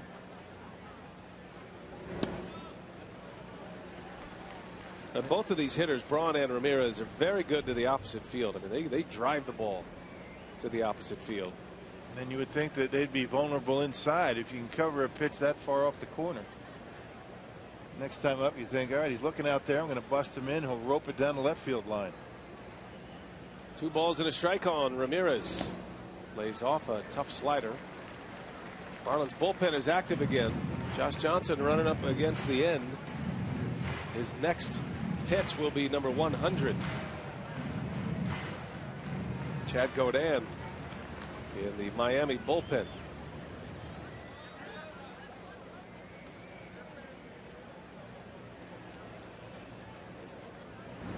Ramirez down the line, foul. Just what you're talking about, Rock. Able to turn on a fastball. Yep, away, away, away, and then he comes in and rips it down the line, but not able to keep it fair. That's why they're big leaguers. That's why they've been run producers for a long time. Ramirez hit just .214 in the month of April. Raised it 60 points in the month of May, hit .274. And in June, hit .295 for the month. Getting better with each passing month as he rolls one to short. Jose Reyes for out number 2. Hey, come out to Miller Park as the Brewers take on the Pittsburgh Pirates Friday, July 13th through Sunday, July 15th. Call 414-902-4000 or visit brewers.com. Here's Corey Hart with 2 away.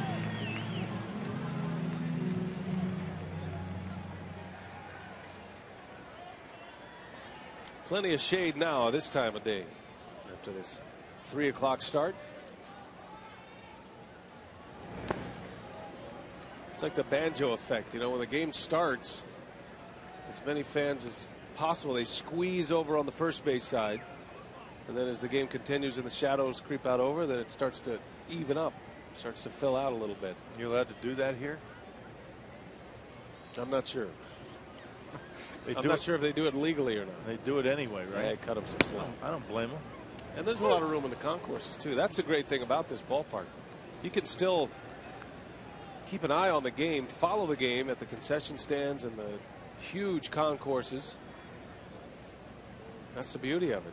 That's why it's such a great venue. One of the many reasons. That is a pitch that Hart has been able to lay off of for the most part today. Johnson has him down in the count 1-2 now. And one of the few times that Johnson's been able to throw it for a strike. Got a runner at second with 2 gone. Braun doubled, and Hart lays off. All of the runs were scored in the second inning today. The Marlins got a run in the top of the second on an RBI single by Brett Hayes. The Brewers answered with 5 in the bottom of the second.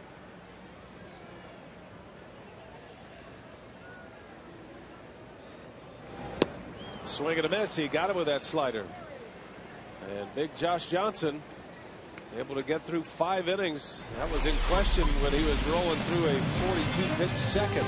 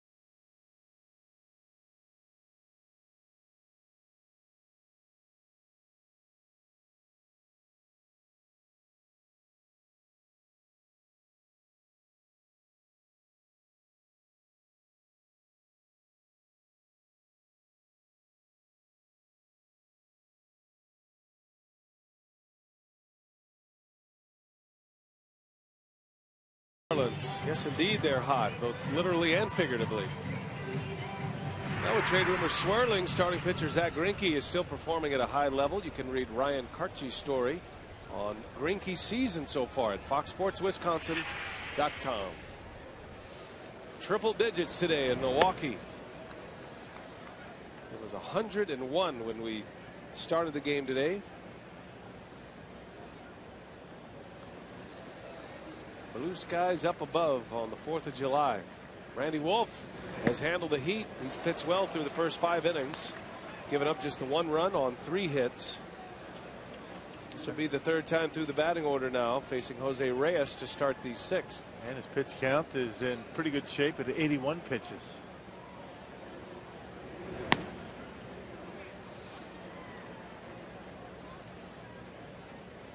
Always a key for any starting pitcher when you get to the 3rd time of the batting order. Swing innings for a starter now that they've had a chance to see you twice. Reyes, little lazy fly ball to Nyjer Morgan for out number 1. He's 0 for 3 today. Let's check in on some of the action down on the farm. The Brewers minor league system all in progress. Jim Henderson, congratulations. He was named to the PCL All-Star team in AAA. Pitcher for the Nashville Sounds. And how about Lance Reineke, son of Ron? Yeah. Brought him up to the Midwest League, and he is on fire. Had 2 more hits last night. Off to a good start, over 400. Wow. Yeah, 9 games he's hitting .419 for the T-Reds. Reineke and Haniger, the younger Reineke, Lance, and Mitch Haniger, those are 2 kids that were just drafted this year. Rock, you could speak better to this, but that's a pretty big jump for somebody who's just drafted to go straight to that league, to the Midwest League. Yeah. Typically you go to rookie ball, short season, but they both made the jump and they're holding their own. Yeah, rookie ball, low A, high A, which is what the Wisconsin Timber Rattlers are, and he seems to be adjusting nicely. It's not easy to go from aluminum to wood. Some guys just aren't able to make that adjustment. Yeah, these guys have played a full college season as well, and then you get drafted and you enter into the minor league system with the wood bats, the travel. It's a different ball game. 2-2 the count on Solano. Hit that hard into right. Back is Aoki, and he makes a catch. Jumped a little early, but was able to haul it down. 2 outs in the inning.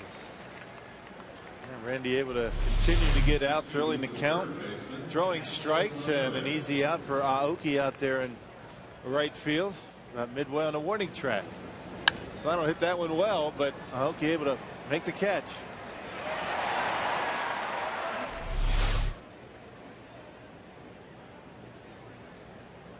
Two gone for Hanley Ramirez.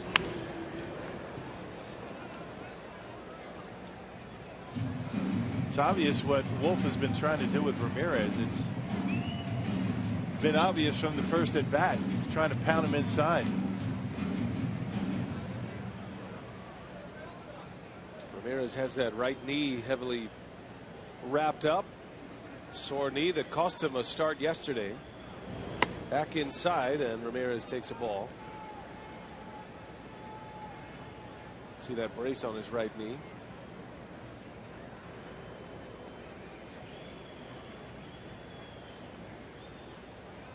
Ramirez 0 for 2 today. Fouling him line to line.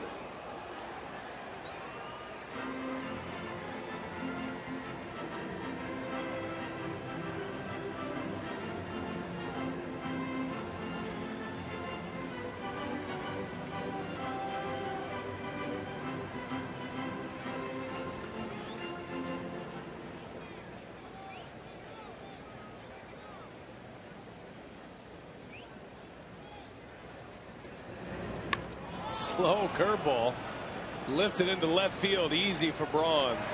Wow, that is a change of pace on a curveball. Beauty.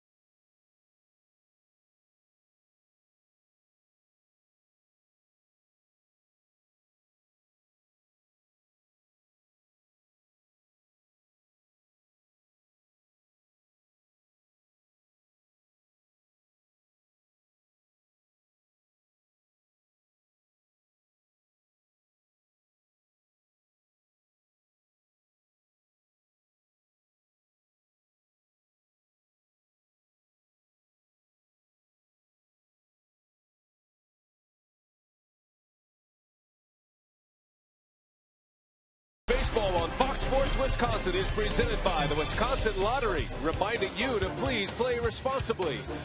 And by the new Miller Lite Punch Top Can. It's Miller time. 4th of July in Milwaukee, Wisconsin. 5-1. The Brewers lead the Marlins. Well, the Brewers winning a thriller yesterday on a walk-off home run by Aramis Ramirez, but it was all set up by one of the great plays in baseball last night.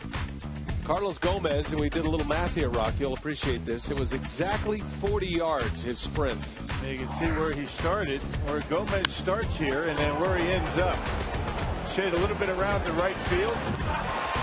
able to make the catch up against the wall. That's an incredible collision. Almost 5 seconds it took him to cover 40 yards. And remember, he's keeping his eye on a baseball and worrying about, or probably not worrying about, collision into a wall that's not going to move for you. That's pretty good in an NFL combine, right? 4.640. Yeah, that's pretty good work. That's working extra hard down in the production truck. Chris Withers, our producer, actually he stepped that off earlier today. We need to get Chris a hobby. High and tight. Chad Godin is the new pitcher. Josh Johnson is out. The Brewers have chased the Miami starter. 5 innings, 6 hits, 5 runs all earned, and all 5 of those runs came in the second inning. It was exactly 40 yards. Exactly? It gives you exactly to the millimeter. 120 feet. I think that's right. What a great catch. Now those highlights have been shown all night, all day today. See the numbers on Chad Godin. Second appearance in this series.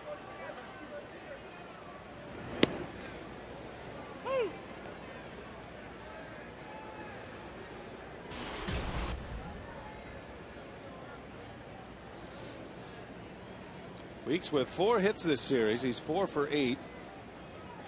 Ricky has walked and scored today. Bounced into a 6-4-3 double play. Lifts that one in the air. Right field. Kearns coming over. Weeks is retired. 1 away. Good. Dan, as you mentioned, pitched in yesterday's ball game. He was the first reliever out of the bullpen, following up Anibal Sanchez. Gave up 3 runs on 1 hit. He also walked the batter, gave up the home run to Ryan Braun. Remember that pitch that Godin threw to Braun? That was a pretty good slider, but Braun able to knock it out of here to center field.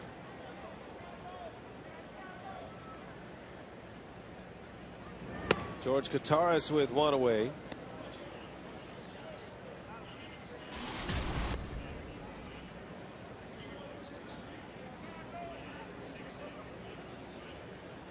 Kottaras, part of that 5-run second inning, he walked with the bases loaded. RBI number 12 for Kottaras. Got off to a fast start this year. Slowed with the bat. His playing time has been sporadic. Kottaras was a little banged up as well. Had some hamstring tightness. Right back up the middle. Reyes knocks it down, but can't do anything else. That'll be a base hit for Kottaras. Infield hit, and the Brewers with a base runner in the 6th. Godin didn't miss by much from catching that. I mean, that was a pretty good effort. Kottaras right back through the middle. Godin just couldn't get the glove down low enough to be able to get it. Almost got a piece of him, actually, and George Kottaras with an infield hit.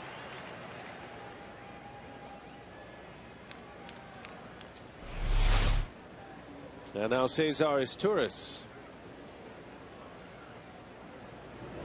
drops a bunt down. Godin will make the play to first in time. Right across the face of Izturis.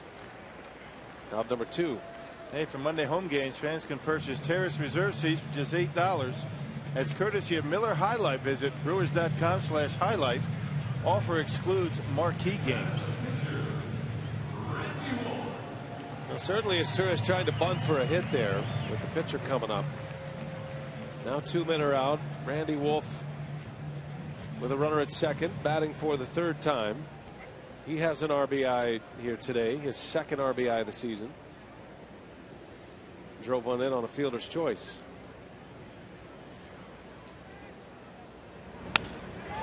Right off the end of the bat, right to Infante, and the inning is over. Brewers come up empty in the 6th. 6 in the books. We go to the 7th. 5-1 Milwaukee.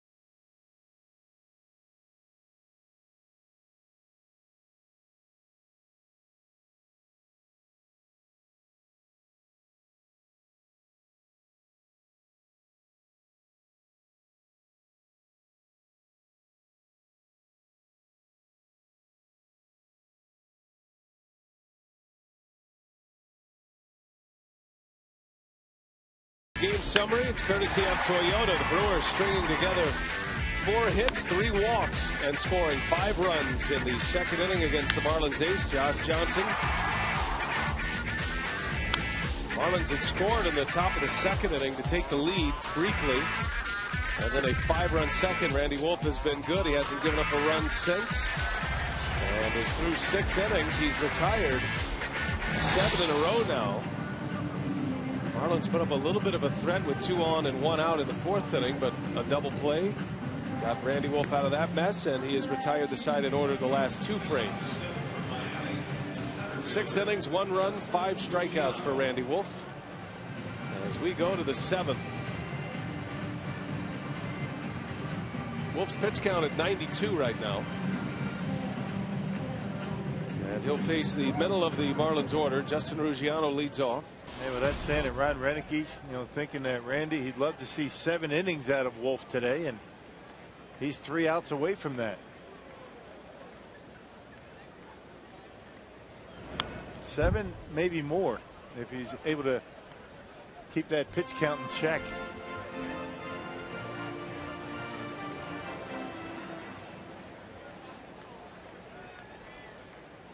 Now Ruggiano has a walk against Wolf, one of 2 Wolf walks in this game to go along with those 5 strikeouts.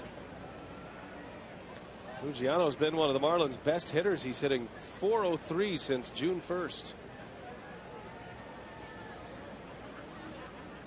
A month plus hitting over .400 for the Marlins. Started the season with the Astros.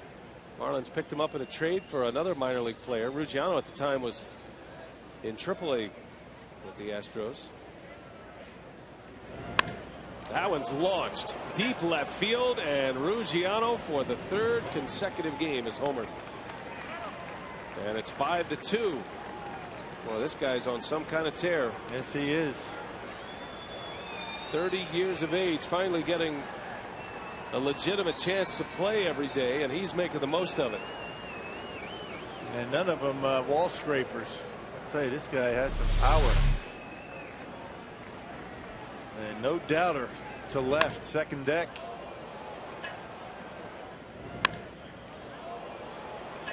One of the few mistakes that Randy Wolf has made today. Ends up in the seats, 12th allowed this year by Wolf.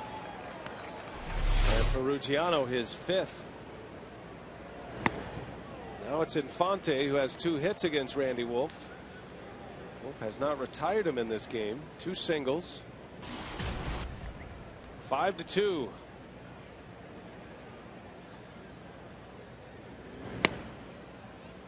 Leads have evaporated quickly in this series on both sides. Right.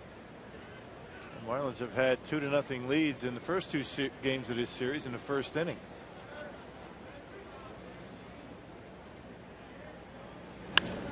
That one's popped up. Good pitch by Wolf. Had him out in front. Infante is out number 1.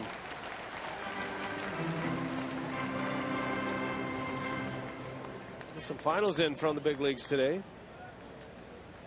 The Nationals answered an early deficit. The Giants led 3-0 early with Bumgarner on the mound, but the Nationals came roaring back. They beat San Francisco 9-4. So they will continue atop the National League East. Nationals aren't just hot anymore. They're good. That's a good ball club that has a lot of pieces. Nationals start today 3.5 ahead of the Mets. Mets won today. Check that. Mets lost today to the Phillies. Cliff Lee picking up the win, his first of the year against the Mets this afternoon. So Washington now a 4.5 game lead in the division. Biggest question with the Nationals, what are they going to do with Steven Strasburg? Putting on a strict innings limit, coming back from Tommy John surgery.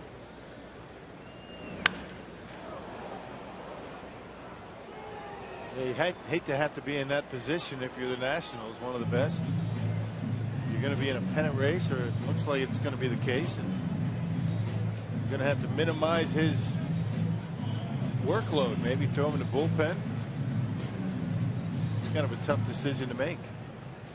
It was reported today that Davy Johnson is going to put Strasburg in the 5 spot in the rotation. And Strasburg is headed to the All-Star game, by the way, so he'll pitch there. And once he comes back, and by putting him in the 5 spot in the rotation, I guess, Rock, you give yourself some flexibility as a manager to skip a start, to move him back. You don't want to do that, though. I mean, not with that guy. You're going to have to, I guess. You wonder how they get to the finish line with him in a pennant race. 3 balls and a strike on Austin Kearns. Popped him up, foul territory, out of play. Well, Kearns has had some pretty good pitches to hit in this game. His last time up, he had a couple of fastballs that he fouled off. That last one, that 3-1 fastball by Wolf, right down the middle, and he's a little bit behind it.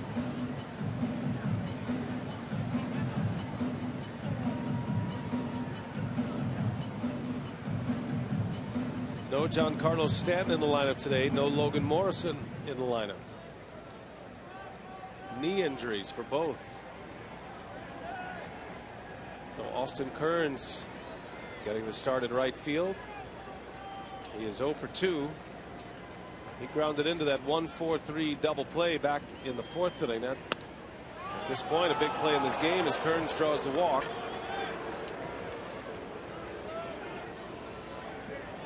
And a man on with 1 away for Gabby Sanchez. Getting a little tighter here for the Brewer manager. Yeah, you got to figure there's going to be some activity in that Brewers pen pretty soon. He's over 100 pitches. Just missing the outside corner on Kearns.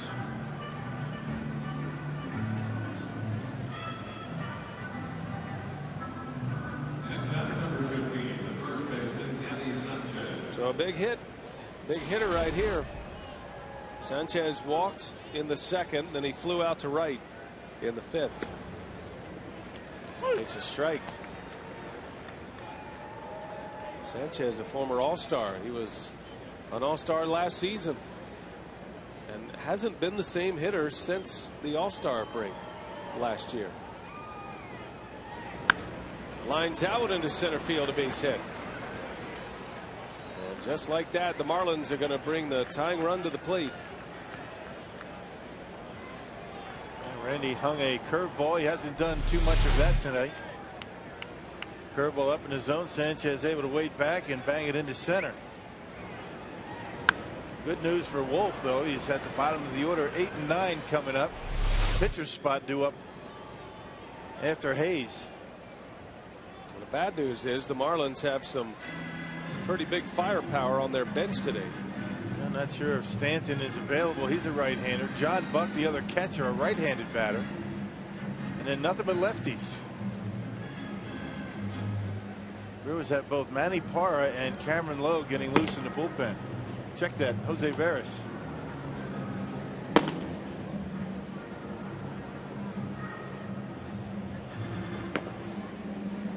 So Rick Kranitz, the former Marlins pitching coach. A chat with Randy Wolf. Brett Hayes will bat for the Fish. Hayes with an RBI single in the 2nd inning. Representing the tying run. 106 pitches for Randy Wolf. 2 big outs to get here in the 7th. Brewers are looking for a ground ball and a slow curve in there for a strike. That's not the slowest one he's thrown today. He's thrown a 55-mile-an-hour curveball that is slower than the one that Greinke threw earlier this year. So Randy Wolf is ahead in that game. Yeah, he got an out on that pitch. Yeah, it's a fly ball out off the bat of Hanley Ramirez to end an inning.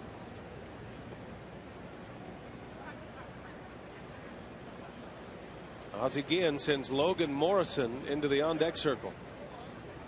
A dangerous hitter who's had a good series. Typically a starter, but he'll hit next.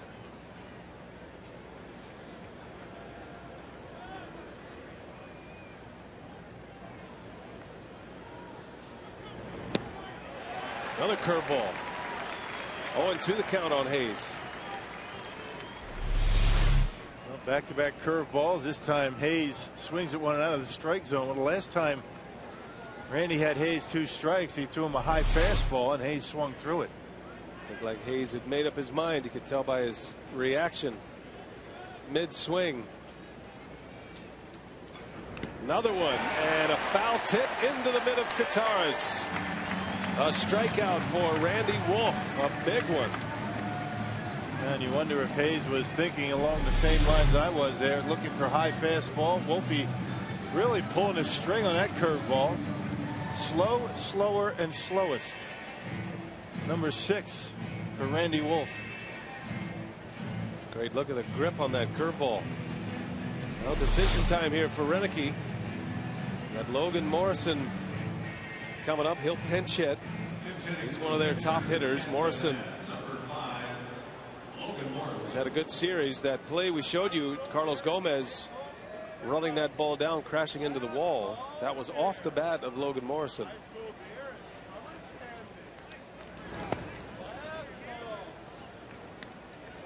Morrison with 9 homers this year. 3 of them have come against lefties, but overall just a .217 hitter against left-handed pitching.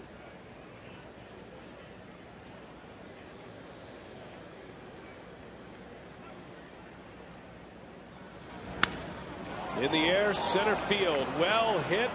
Nyjer Morgan looks up, and we are tied. Just like that.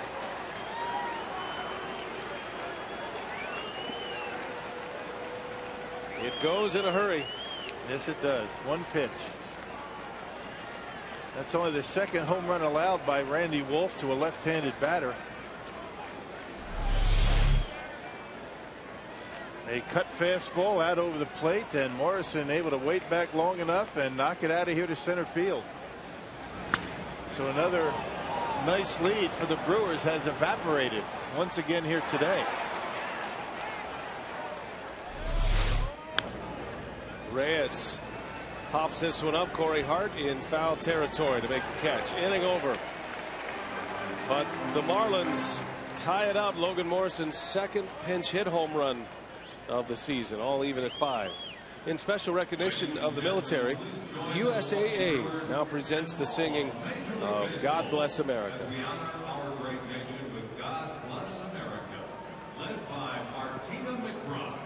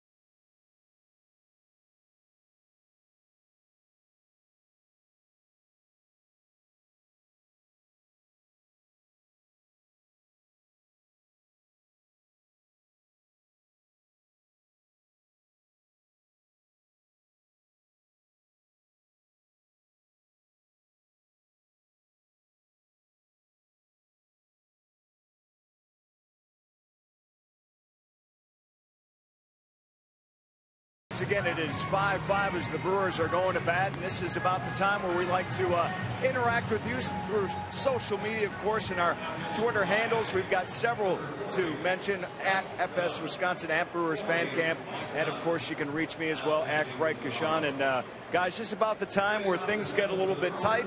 People ask a lot of questions, make a lot of comments, and we certainly like to interact with you on Twitter. And also about the time where we start looking forward to the instructional after the game as well. So plenty more to come, guys. All right, Craig, thanks. As we head to the bottom of the 7th inning and a brand new ball game here, all tied up.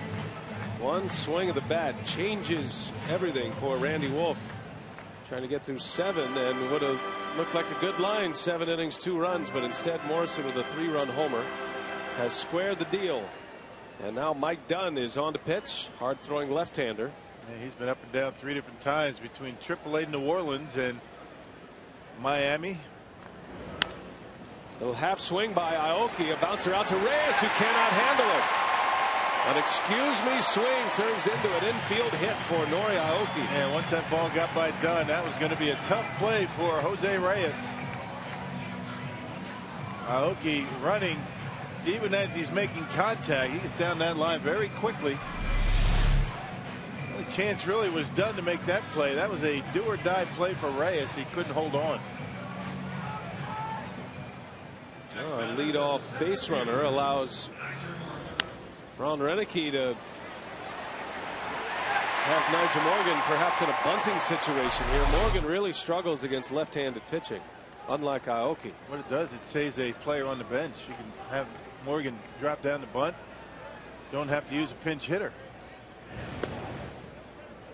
Nigel Morgan has 3 sacrifice bunts this season. Aoki is a base stealer as well at first. And you see Renicky checking his stopwatch, checking the move of Mike Dunn. That allows him to determine whether he wants to send a runner or not.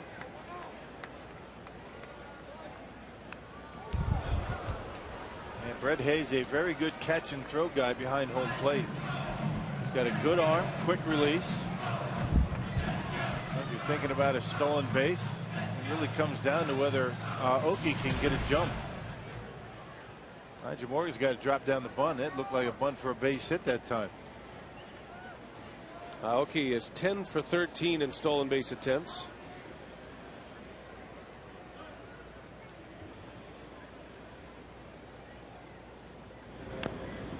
And it's bunted foul. 0-2 on Nigel Morgan.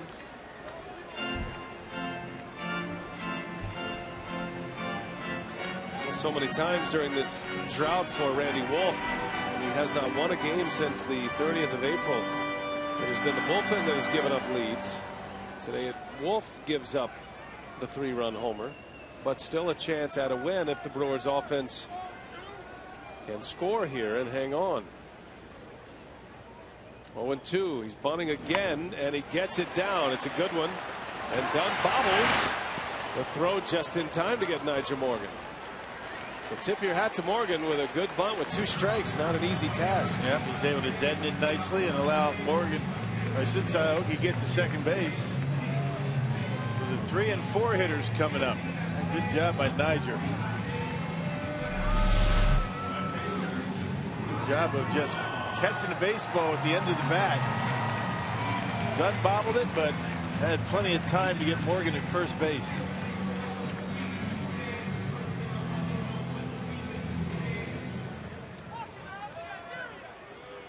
By that much. So the base open at first. Ozzie Guillen will take his chances with Aramis Ramirez instead of Ryan Braun. A much more difficult decision these days for the opposition than it was early in the year. Yeah, good point. Now that Ramirez is swinging the bat well. Well, what you do here, you set up the double play. You're probably going to see a pitching change. Bring in a right-hander, but because you've got 3 consecutive right-handers coming up after Braun.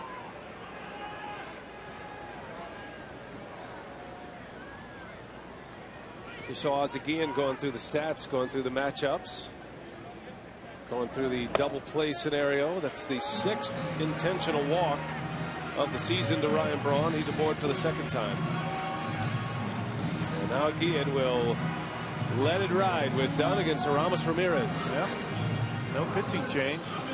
Somewhat surprising with all the right-handers coming up from Milwaukee, but as we mentioned, that Miami Marlins bullpen is a bit thin.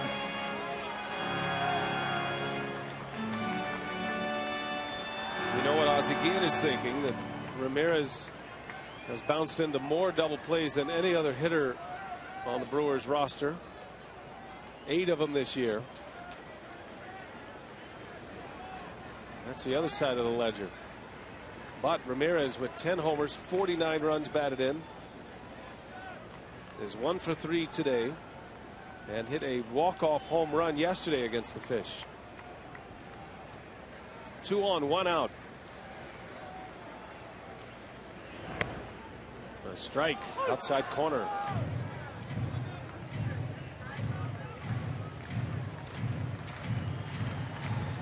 Mike Dunn, he came to the Marlins in the Dan Uggla trade. He and Omar Infante.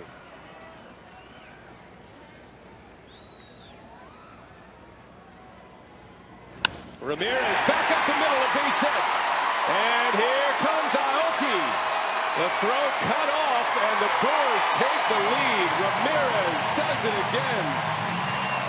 His 50th RBI of the season in game number 81. Boy, he's getting dialed in. I'll tell you, he looks good at the plate. Fastball right down the middle by Dunn. I mean, that one split home plate right in half. Ramirez hits it right through the middle. Good piece of hitting by Ramirez. Our Pizza Hut delivery of the game right down the middle of the plate. Ramirez takes it into center field, and Aoki with a good jump at second base, able to score the go-ahead run. So the move doesn't pay off for Ozzie Guillen, and now a big inning perhaps as Corey Hart steps in with 2 on, 1 out. Ramos Ramirez with his second hit.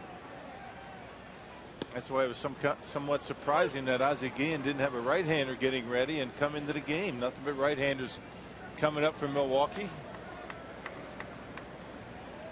And it bites him. Still nobody getting loose. And a beat up bullpen. Guillen used 8 pitchers yesterday as Hart takes a strike. 0-2 on Corey Hart. Can't have enough in this series the way it's going. But the Brewers in fact give Randy Wolf a chance to win this game after giving up the lead in the 7th.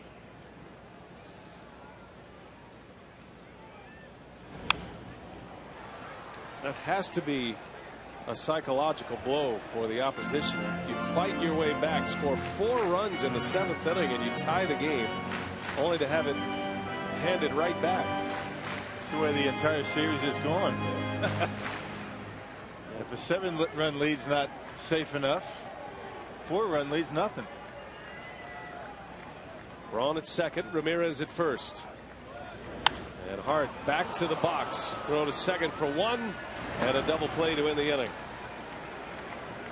So the Brewers get 1. Aramis Ramirez stays red hot. And he gives the Brewers a 6-5 lead. 7 in the books at Miller Park.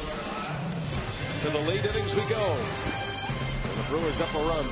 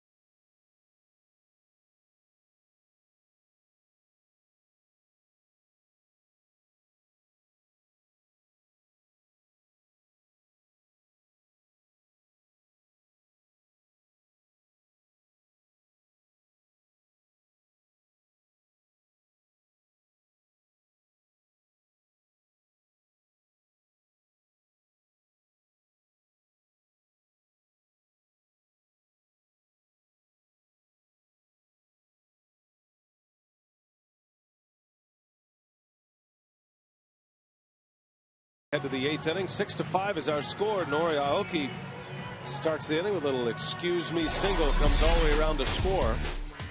In our Home Depot doing more on defense, Aoki flashing the leather earlier in this game, had a terrific diving catch as well. A 6-time Gold Glove Award winner in Japan. He's done a nice job since being inserted into the lineup on just about an everyday basis, and starting about the beginning of May. Boy, just biding his time in April. He didn't get hardly any playing time. It's our Miller Lite What's on Tap. The Brewers and the Marlins wrap up this 4-game series tomorrow, and then it's off to Houston for the final 3 games before the All-Star break.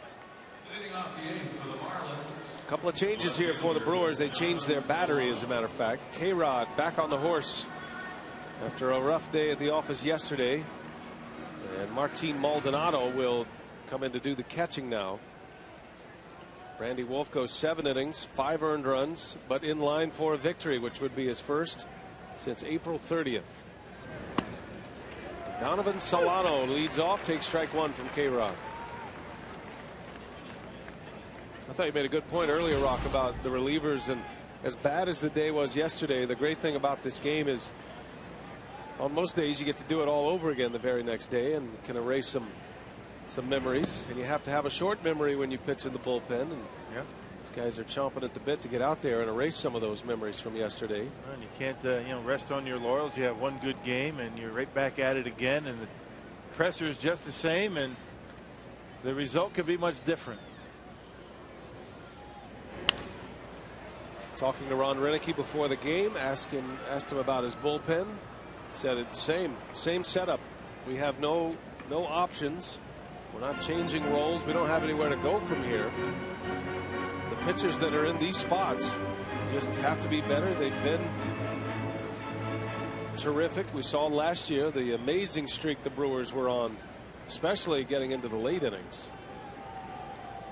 Brewers did not lose a game when they led going into the 8th last season after K-Rod was acquired from the Mets. Well, looking back at yesterday, the only 2 relievers that pitched a full inning were Axford and Livan Hernandez. So nobody got worn out yesterday, although a number of them threw a lot of pitches. And just like it would be for Axford if he pitches, for K-Rod it's his 4th consecutive game. Strike called outside corner. A little bit of a hesitation on that call by Dan Bellino, but a ring up nonetheless. Wasn't sure he was going to ring him up. It looked like a pretty good pitch. That's a big out to get Jose Reyes to lead off the 8th. Good guy to keep off the bases. Actually, Solano, my mistake. Backwards K for K-Rod. And 1 gone as Hanley Ramirez steps in. Marlins tied this game with a 3-run pinch hit homer from Logan Morrison last inning. Brewers quickly took the lead in the bottom of the 7th.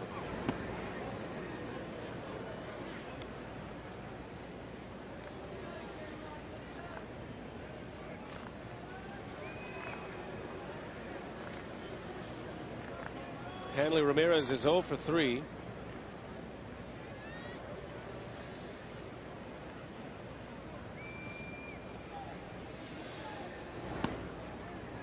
And it's 2 balls, no strikes.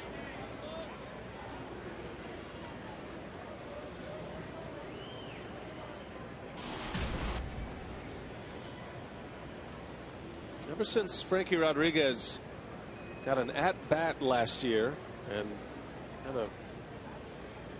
had some tightness in his hamstring as he was running the bases, his leg has not been the same, and it's one of those things that keeps popping up every now and then. And Renicky, while not making excuses for him, is a little bit concerned about his command. And K-Rod's always been a guy that's worked around the edges of the strike zone, but Renicky, who knows him best, was with him for many years with the Angels, said the one pitch he could go to was a fastball for a strike when he needed it. His fastball command has not been as consistent as it has been. And what makes it even more dangerous is that his fastball doesn't have the velocity that it used to be. It used to be in the upper 90s. Now he's in the low 90s with his fastball. When you don't have good command and you're not throwing as hard, that could be an issue for you. The big arms and legs coming at you, what makes him very deceptive also makes him inconsistent in throwing strikes. 3 balls and a strike on Ramirez. Brewers lead by a run. 3-2 on an excuse me swing.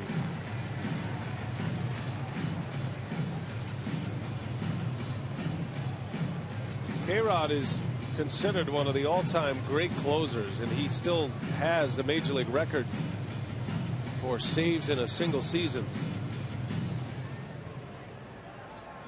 He saved 62 games in 2008 as a member of the Angels,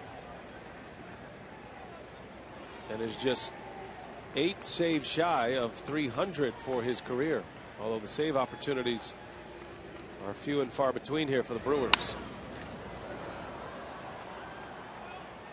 K-Rod wants to close again. Feels like he should be closing, although he understands his role with the Brewers. But there wasn't much of a closer's market for him this offseason, so he accepted arbitration, the Brewers' arbitration number, to re-sign with Milwaukee and be the setup man.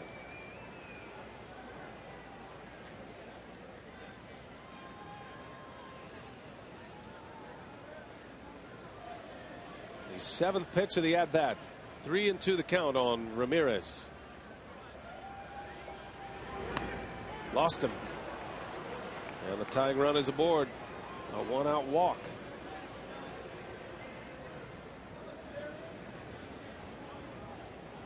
Oh, now K-Rod will have to deal with the red-hot Ruggiano. It's not just the base hits that K-Rod has allowed this year. It's been base hits and the base on balls. He's walked a lot of batters this year.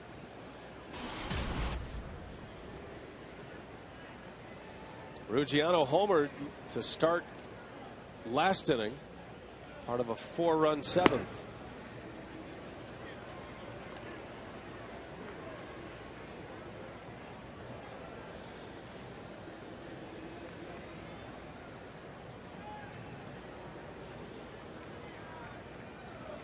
Ruggiano had a career high 4 RBIs on Monday, and now he's ahead 2-0.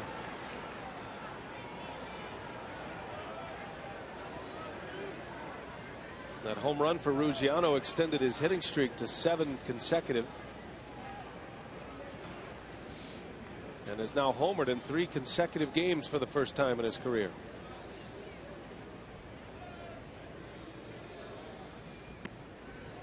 There's strike 1. Yeah, right on the outside corner. You knew Ruggiano was going to be swinging away if he liked it.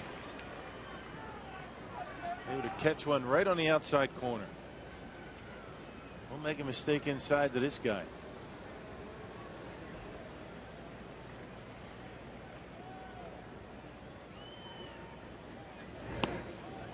Three and one now.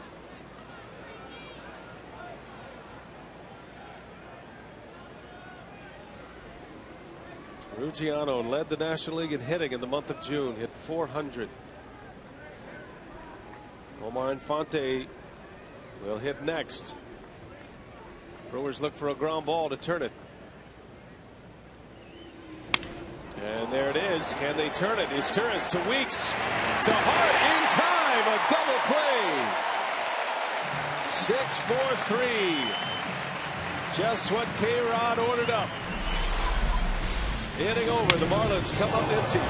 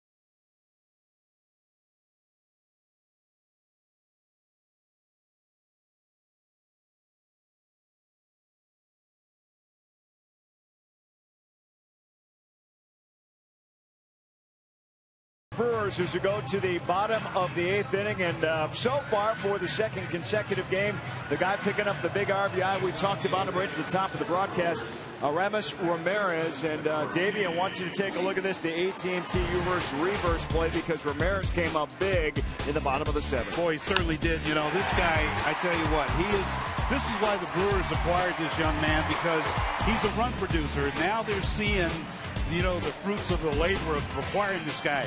He is a smart hitter, great hitter with men in scoring position. What a stretch of games he has put together. We hope to talk about that Brewers Live postgame and get inside the clubhouse as well. Brian. All right, Craig and Davey, thank you. Looking forward to Brewers Live, and the Brewers trying to make it their longest winning streak of the season. It had been 4. They're on a 4-gamer right now. They won 4 in a row against the Dodgers at Dodger Stadium back in May. Mike Dunn stays on the pitch here against Ricky Weeks. Gives you an idea how depleted the Marlins bullpen is. Yeah. Right-handers coming up one after the other, and Ozzie Guillen wants to stick with his left-hander. It cost him a run in the 7th.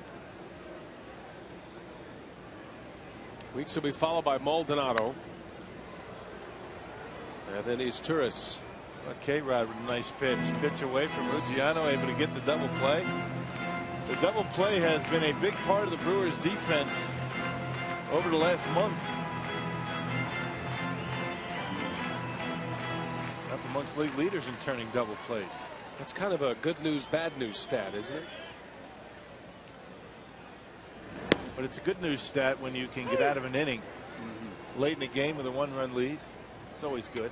You like the double plays. You just prefer to not have the base runners there in the first place.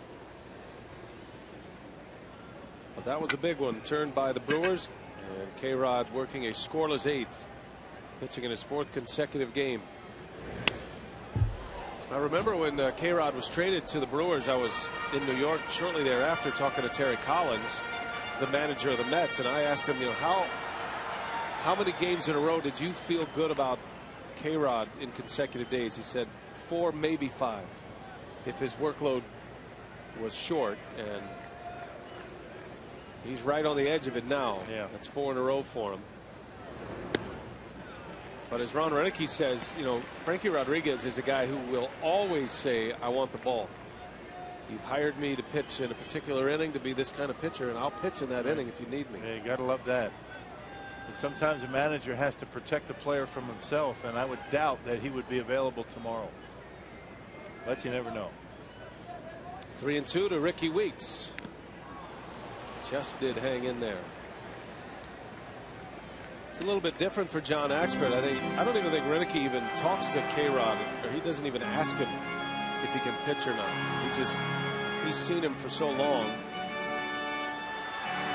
Axford will let him know if he's unavailable. And obviously, with Axford loosening in the bullpen, he is available today.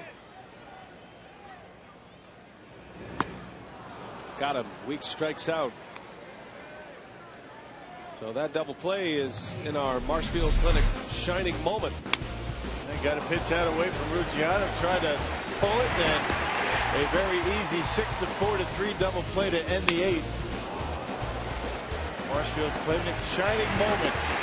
It's always a good news scenario when you turn a double play, even after a walk. And it's an old cliche because it's true. The pitcher's best friend. Maldonado with his first plate appearance. Came in to catch last inning. Came in with K-Rod.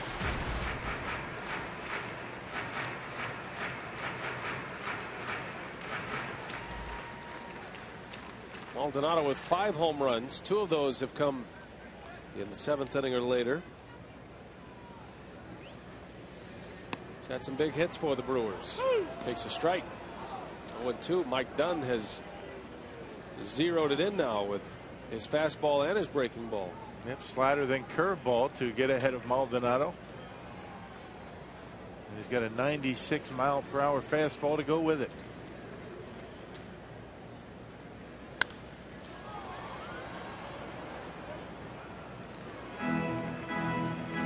How did you know he was going to throw a 96-mile-an-hour fastball? I didn't. I just said he had it. And he used it. Yes. He made a mistake with one of those fastballs to Ramirez after getting ahead 0-1.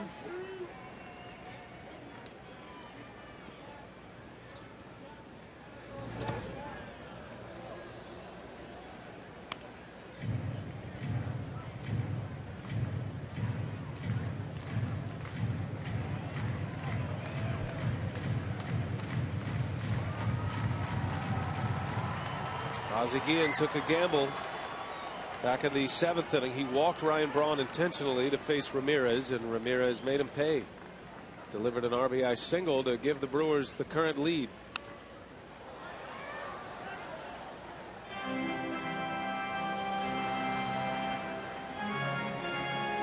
Good crowd today on Independence Day, just shy of 32,000. The steam box that is Miller Park. Put some water on the rocks, as they say. Yeah, lose a couple of pounds. I'm sure that everybody in the seats here today has shed a few.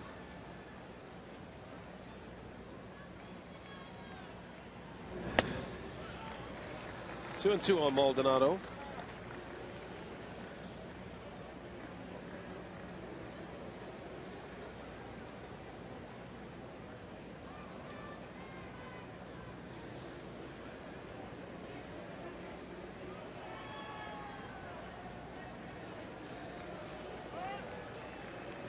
Mike Dunn started the 7th inning, his 2nd inning of work. He gave up the run in the 7th, that base hit by Ramirez.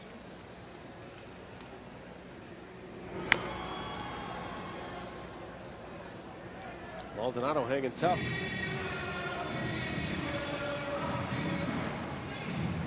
And a lot of breaking pitches and a couple of fastballs. Maldonado dialing it in a little bit off of Dunn. Never seen him before.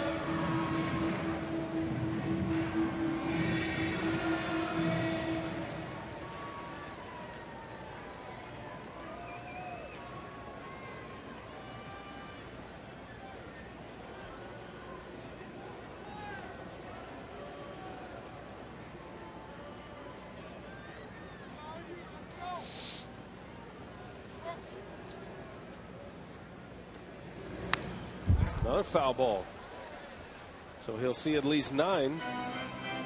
Boy, you love these at bats. It's his first at bat of the day, remember. Just came in to catch last inning, or the top of this inning, and he is making it count. He is seeing a lot of pitches from Mike Dunn, making him work.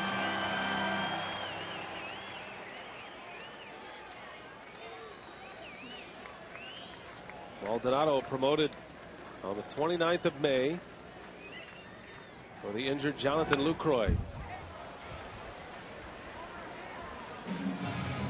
Lucroy's coming along well in his rehab.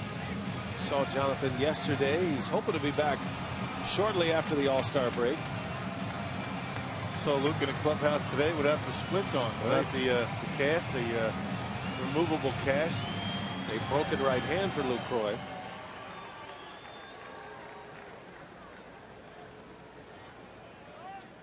Brewers are blessed with a couple of talented young catchers. Lucroy's 26, Maldonado 25.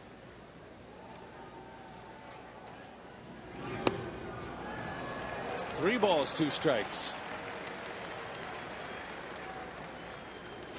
This is starting to shape up to be one of those at bats. When you're a struggling hitter, you could put this one in the video bank and just go watch it. Only if it ends up a base hit. If it doesn't, burn it. Pitch number 11 coming. And a swing and a miss, a strikeout. So burn it, right? Burn it. Ended up a slider ends up getting him, so Dunn had to work for it. 11 pitches. His pitch count is up to 33 pitches. Cesar Izturis at the plate, presented by Wendy's. Drove in a run in that 5-run 2nd inning. Izturis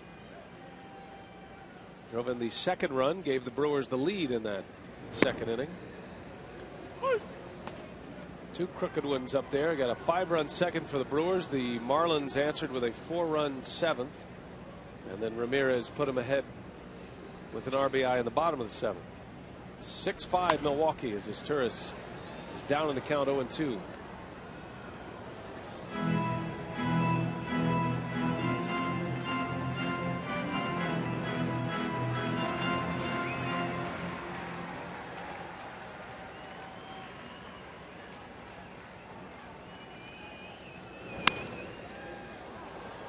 Foul ball. Good form over there, huh? No glove, down on a knee. Yeah, making sure. Takes a bad hop right off the chest. It's all about fundamentals, Rock.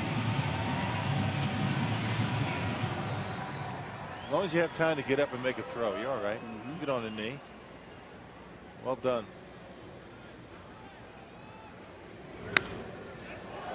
That one's a little hotter.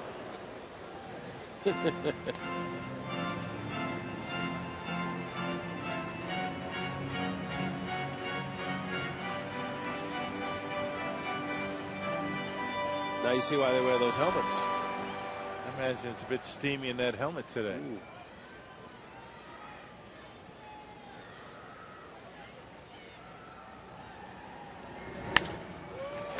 A lazy fly ball to right. Kearns will settle under it, and that's the side. 3 up and 3 down. Here we go to the 9th. John Axford back out there. Save opportunity coming.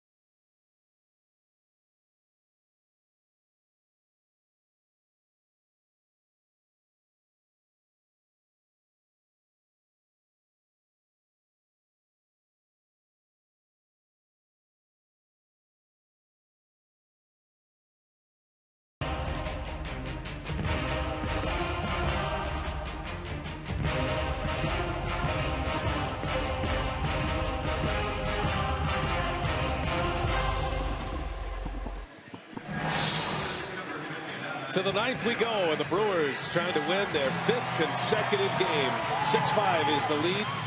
John Axford is on the mound to try to save it. Our Ho Chunk Gaming text question today: how does a manager choose a reliever after all but one were used the day before? Jenny is asking. New London.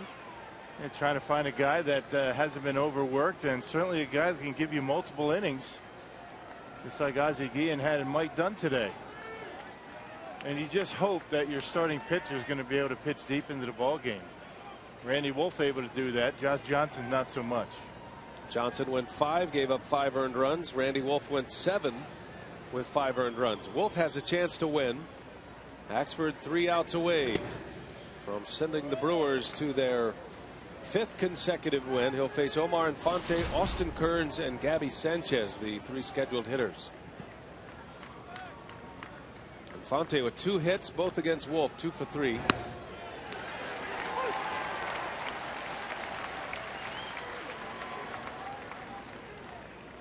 Axford did a nice job yesterday working a scoreless 9th inning. And he's pitching in his 4th consecutive game. On the ground, Izturis got a long throw. It's a good one. Excellent play. One gone. Cesar Izturis, he's got a Gold Glove on his mantle. He shows a little bit of that form. And nice soft hands on the backhand and a good transfer. And a good throwing arm over to first base. Not as easy as it looks. Had some time and right on the money to Corey. So important to get that leadoff hitter.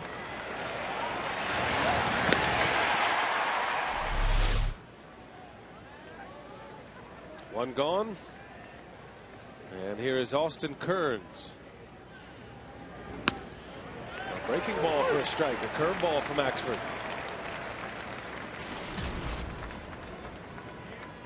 It's being reported that the Marlins have acquired Carlos Lee from the Astros. More importantly, Carlos Lee has accepted a trade. I wonder if we'll see him tomorrow as Axford deals a strike.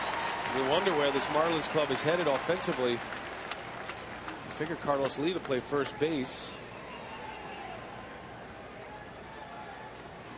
Florida came into this series having won 4 straight. They had just swept the Phillies. Swing and a miss. Powder River. John Axford goes up the ladder to strike out Kearns. Yep, at 98 miles an hour. So the more he works, it looks like the better he gets. Throwing strikes with all of his pitches, and no chance for Kearns on that pitch.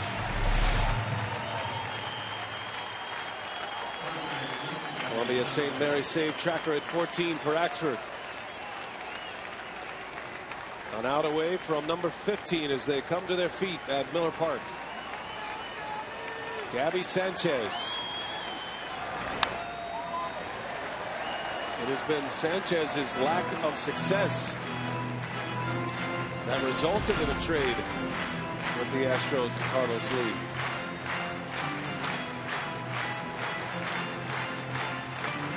The last piece to the puzzle for John Axford.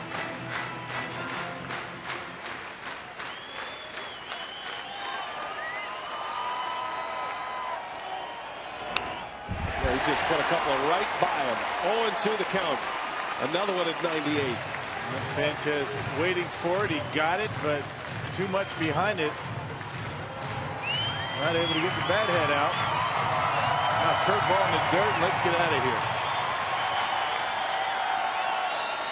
Brewers trying to win their 5th consecutive series here at Miller Park. A win today would make it 11 out of 14 victories. 0-2 pitch. Fastball upstairs. A win today would also mean the 11th consecutive win over the Marlins, going back to 2010.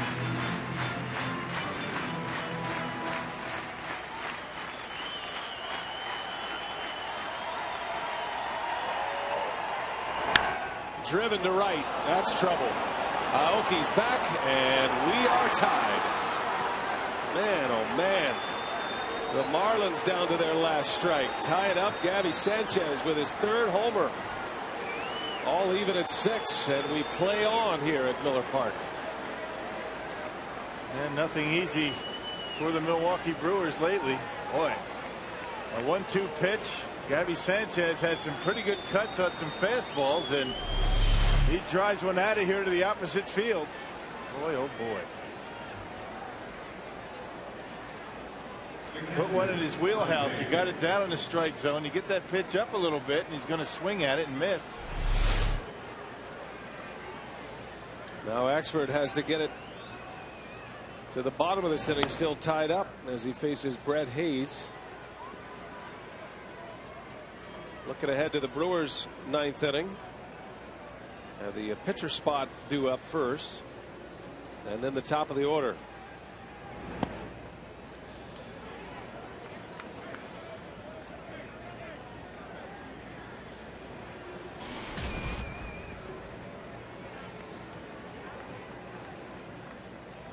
Well, can the Brewers come up with their 4th consecutive final at-bat win?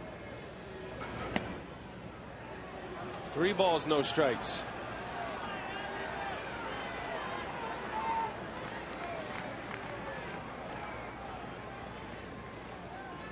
A struggling hitter, Gabby Sanchez. comes up with a big home run to tie this game. And he knew it as soon as he hit it.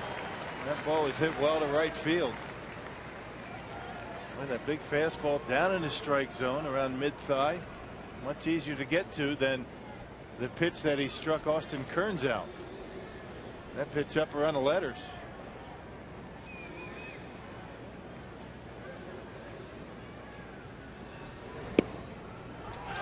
Full count to Hayes.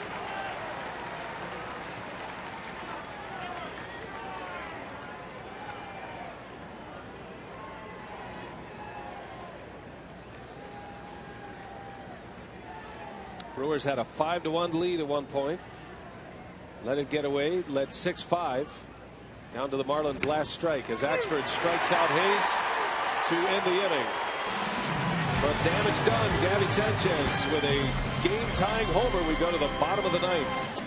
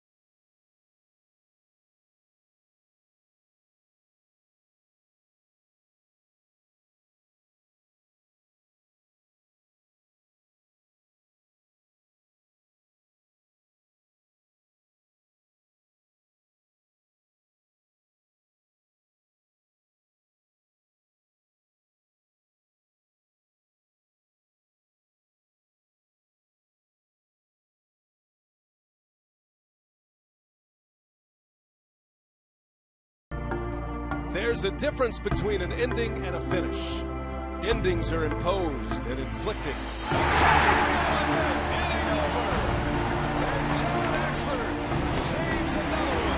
Finishes are earned and celebrated. Now he goes. The throw is to center field. Gomez will go to third base. Goes into the stands. And the Brewers win it. It's the last word, the closing act, the final step, the whole point.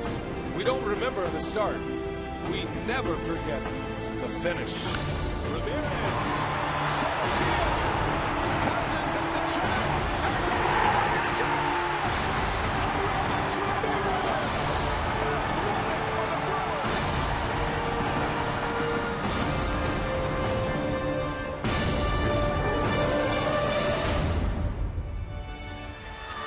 The Brewers have won the last 3 games in their final at-bat. Unfortunately, it's going to have to happen once again for a victory today.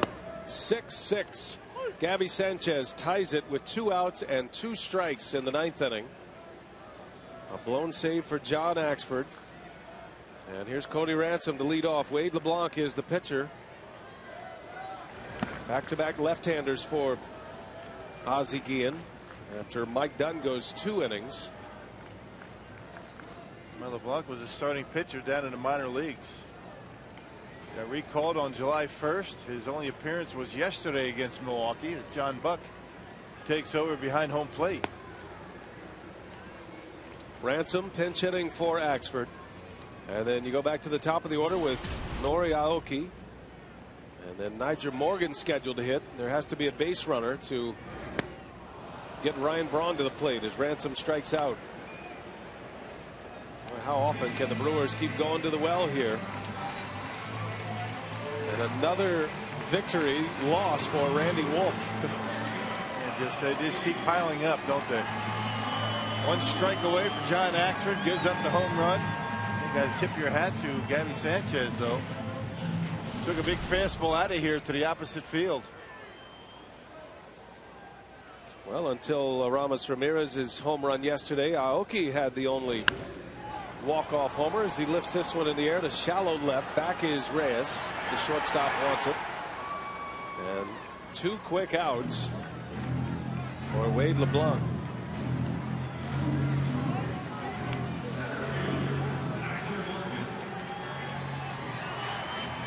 Here's Nigel Morgan with 2 away.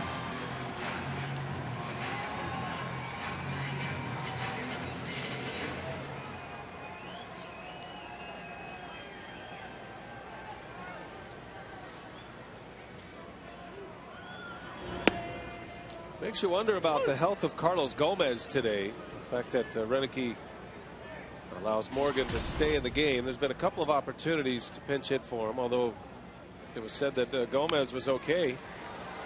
As Morgan sends one to left field, Solano can't get it. A little flare that falls. Donovan Solano got a terrible break on that ball, and there's a base runner. Yep, and more importantly, it brings Ryan Vaughn to the plate. And good speed at first base. I think if Nigel Morgan was leading off this inning, it might have been Gomez at the plate with 2 outs, nobody on. But Nigel able to dump one into left, and as you mentioned, a horrible jump in left brings up Braun. That was a big victory for Nigel Morgan. He struggles against left-handed pitching, but he gets a hit to extend the inning and gives Braun a swat at it.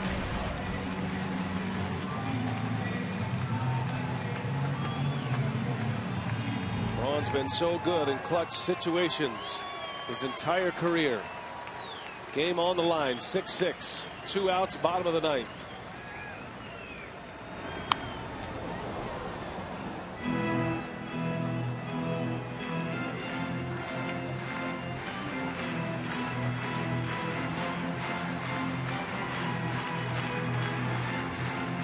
The National League leader in home runs, Ryan Braun, with 23. As an RBI today, his 59th run batted in. 1 for 3 with a double and a walk.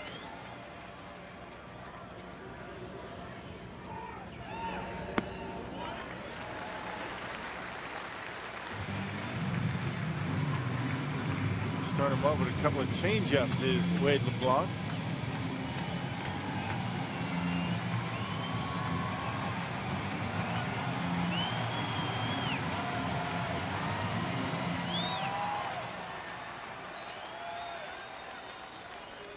Winning run at first. Outfield is deep for the Marlins. And a check on Morgan. John Buck throws the ball very well as well behind the plate. You see the outfield extremely deep. It would be tough for Morgan to score unless Braun shoots one perhaps down the right field line, tucked it in the corner. I don't see him trying to steal a base. Not with Braun at the plate.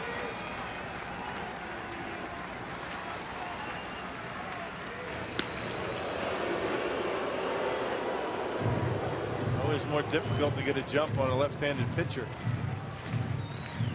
Ramos Ramirez would be next, unless Braun makes it out or ends it. All tied at 6. Braun's college teammate Gabby Sanchez tied this game in the top of the 9th. And it's a ball and 2 strikes on Braun.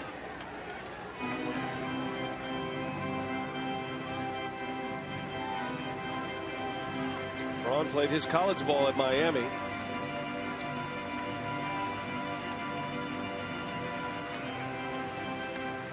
Trying to send the Marlins to their 3rd consecutive loss.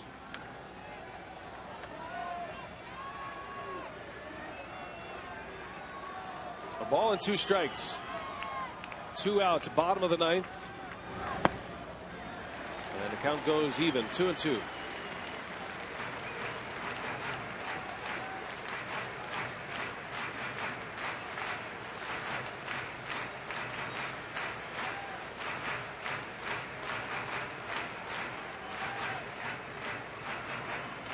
Action pitch. You know, LeBlanc doesn't want to go 3-2. That would give Morgan a head start.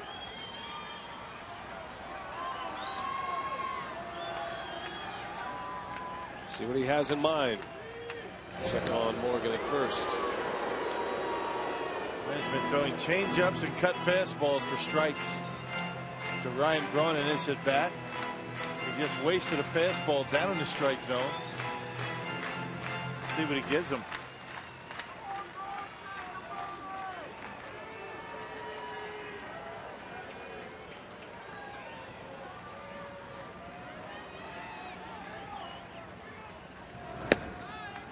Missed with a fastball. Now 3-2.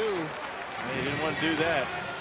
Now Nigel's going to be able to run on the pitch. I would imagine they're going to continue to hold him on. And now anything in a gap or down a line, Morgan with his great speed has a great chance to score the winning run.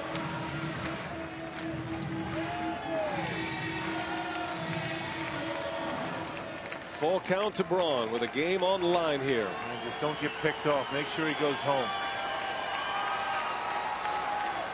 Brewers' best clutch hitter at the plate.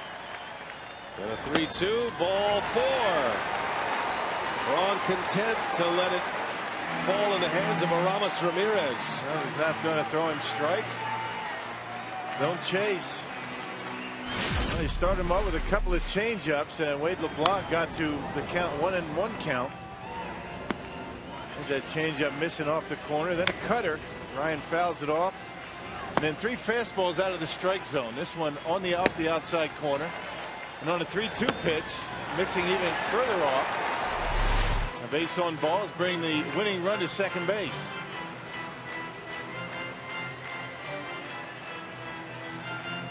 Now Randy St. Clair out to the mound. Aramis Ramirez, can he do it in back-to-back games? He's already put the Brewers ahead once in this game. Last night, in the 4th hour, Aramis Ramirez with a 2-run homer to bring the Brewers from 1 down to 1 up and ball game over. His 6th career walk-off home run.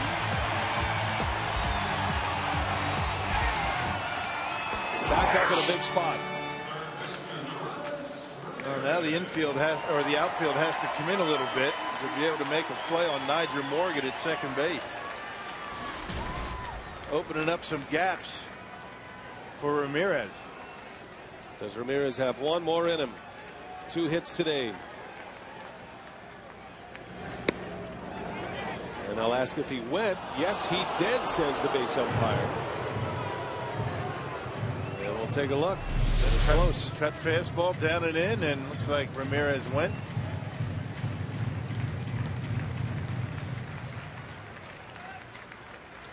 Unable to check it. Great speed at second base. Morgan's got a huge lead out there. And Ramirez lifts one in the air to right. And for the 2nd consecutive day, we head to extra innings. To the 10th we go on the 4th of July, all tied at 6.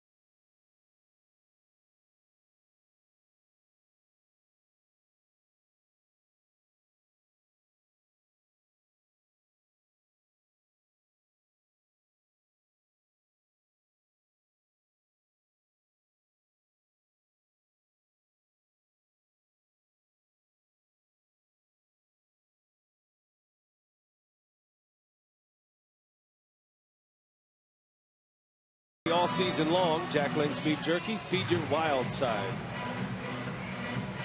Here we go to the 10th. Back-to-back games with extra innings. Brewers winning yesterday. They are now 5-6 in extra inning ball games after that victory. While the Marlins are 6-3. It's going to be Manny Parra to work the 10th inning. Marlins will have John Buck to lead off, who just came into the game defensively, and then back to the top of the order with Jose Reyes and Donovan Solano. Well, Manny Parra appeared in yesterday's ball game, came in a tough spot, got a couple of outs, and was one of the bright spots out of the bullpen yesterday for Milwaukee. John Buck, big home run hitter. Hit one yesterday. It was a big one for the Marlins late. Buck was ejected in the first game of this series. This is his first trip to the plate. Marlins hit 5 home runs yesterday. They've hit 3 today.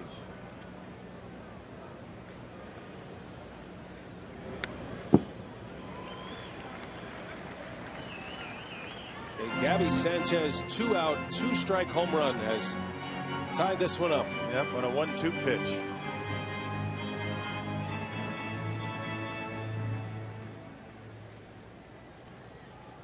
Nice day for extra innings. 100 degrees. Fans hanging in there just to make sure you get loose. Swing and a miss, got him on a splitter. Maldonado secures it at first. Good start for Manny Parra. Strikes out John Buck. A crowd of just shy of 32,000. Those that are hanging in there, hoping for another big finish.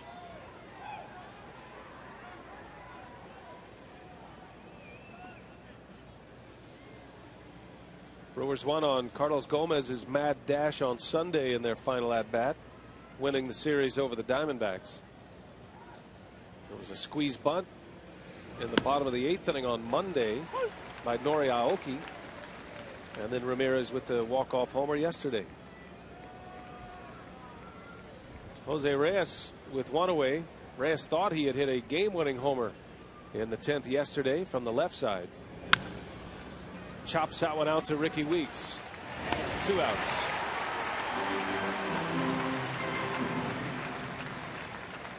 Yeah, Manny's been making some pretty good pitches in his last couple of outings.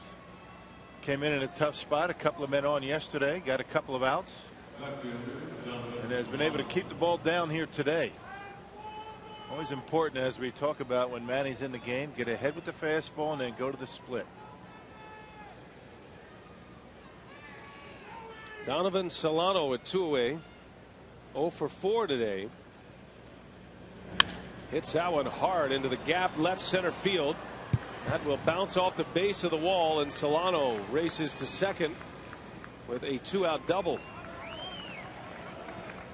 So there's the go-ahead run for the Marlins on a 2-out double by Solano. First pitch fastball, figuring I'm not going to have to. I don't want to deal with that split-fingered fastball. That's his best pitch, so I'm going to attack early. Man, he tried to get ahead, threw one down the middle. Ozzie Guillen getting great production from Solano and Justin Ruggiano, a couple of guys that weren't on the roster to begin the year.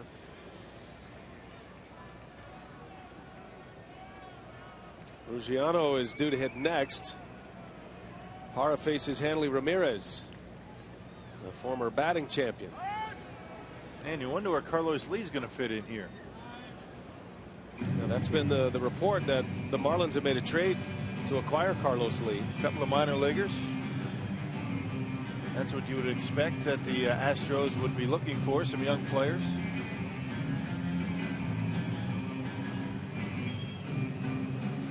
Back in the old White Sox days, Carlos Lee and Ozzie Guillen.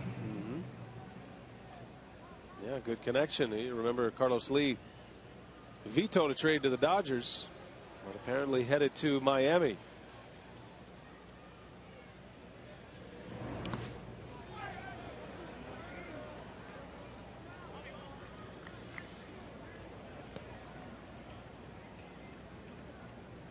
Miller Park is very quiet right now. It was rocking here just a moment ago.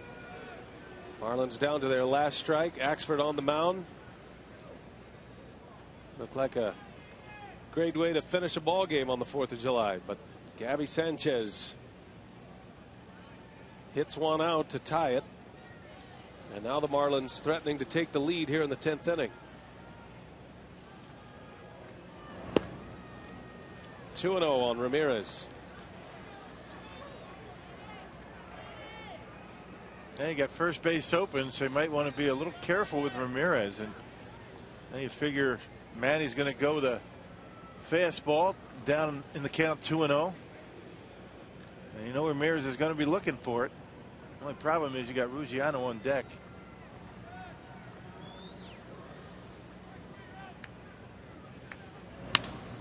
And there's a base hit. And the Marlins will take the lead. That's what we were talking about. A 2-0 fastball. You knew Ramirez was going to get a swing at it. It was down the middle. Well, you hate to give up a lead on a 2-0 fastball with first base open. Back-to-back hits with 2 outs as the Marlins on top. Outer half, actually, not down the middle. And Ramirez doing a nice job staying on it. Hits it up the middle, and good speed in Solano at second. He scores the go-ahead run. And Ron Roenicke is on his way to make a pitching change. So Parra gives up a run on 2 hits. And the Brewers find themselves behind once again in extra innings. Pitching change coming. We'll take a break.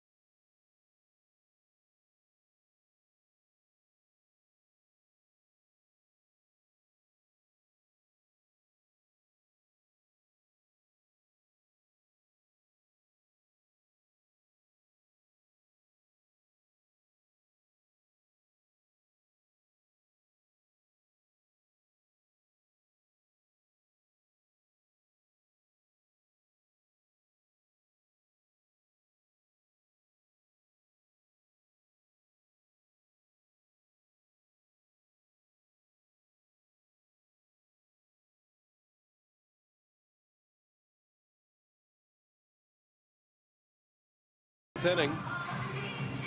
Another 2-out run against the Brewers bullpen. Milwaukee led 5-1 at one point in this game. Took a 6-5 lead as they went to the 8th inning. But the Marlins have come back. Gabby Sanchez homered, and Ramirez has now given Miami the lead as Cameron Lowe will pitch with 2 away. And Ramirez at first base. Cameron Lowe will face Justin Ruggiano with 2 away in this 10th inning. And Cameron got roughed up in yesterday's ball game. A third of an inning, 4 runs on 4 hits, including a home run. That came to John Buck. Well, all this coming with 2 outs and nobody on for Manny Parra. Back-to-back hits.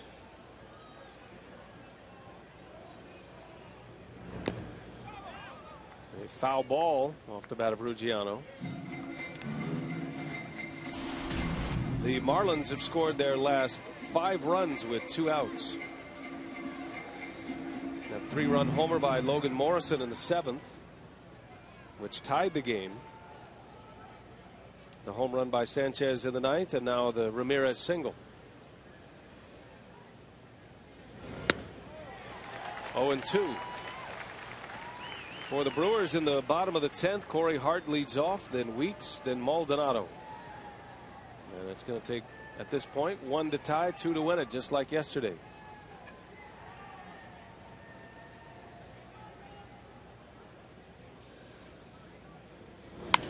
A liner, and it's off the glove of Weeks into shallow center. Ramirez on his way to third, and the inning continues. Yep, an 0-2 base hit. A 1-ball 2-strike home run off the bat of Gabby Sanchez to tie it, and an 0-2 base hit, keeping this one alive. Second baseman Omar Infante.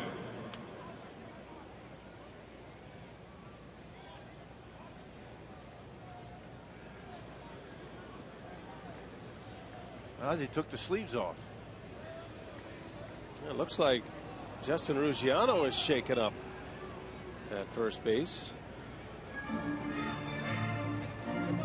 Might be cramping a little bit. This, by the way, he's trying to stretch out his calves there. That would be my guess. In your medical opinion? Yeah, I'm having the same problem up here. But not in your legs, right? The jaw. This is the kind of weather you can cramp up pretty good. And breaking ball by Cameron Lowe. You can see him hobbling on his way down to first base. Looked like Cameron made a mistake with a breaking pitch up. So a smile and he stays. Lose a lot of fluids on a day like this. Yes.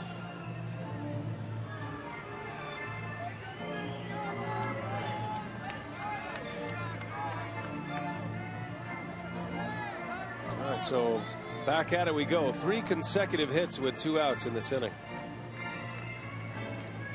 And it's going to be Omar Infante.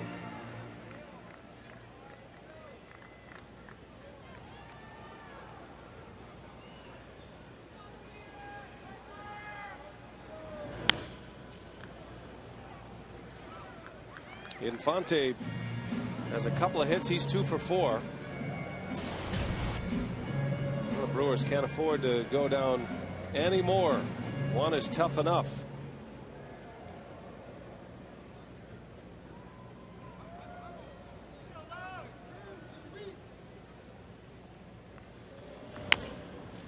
Another foul out of play. 0-2 the count. Marlins have the lead. And there is Heath Bell, who Ramirez hit the home run off of yesterday. Embattled Marlins closer. And a lot of damage coming with 2 outs in the latter part of both of these games.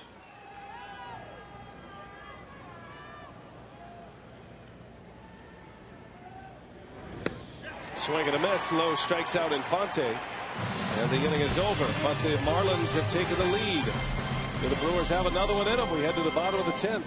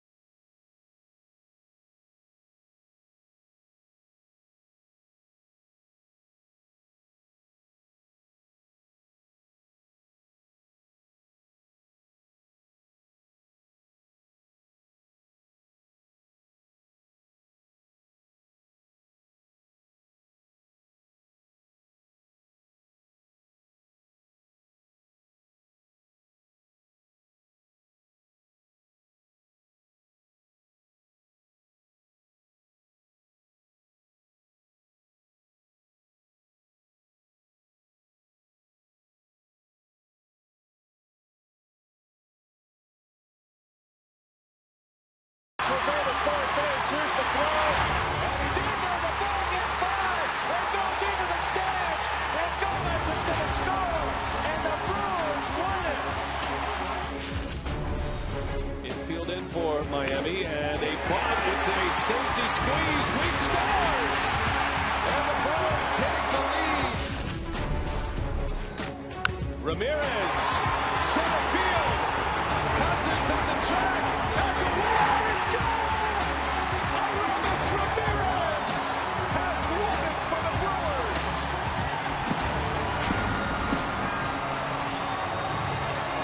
This marathon game comes to an end.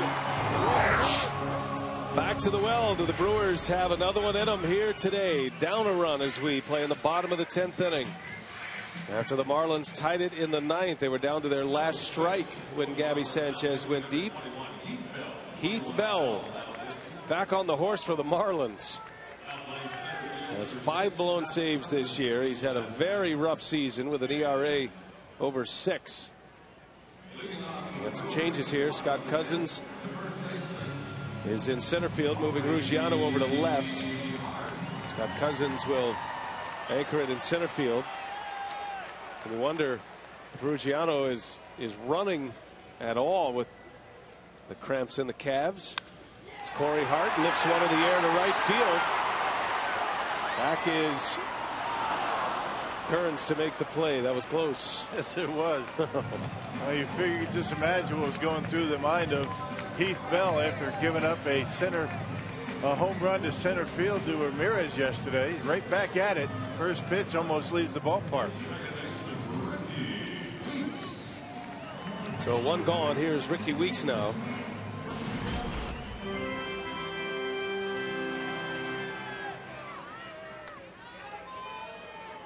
Weeks looking for his first hit of the game. Brewers down 7-6. Looking for a bloop and a blast. Or a blast and a blast. Just not a blast and a bloop. Pirates have already won today. The Brewers need a victory to stay within 6 games of the division lead.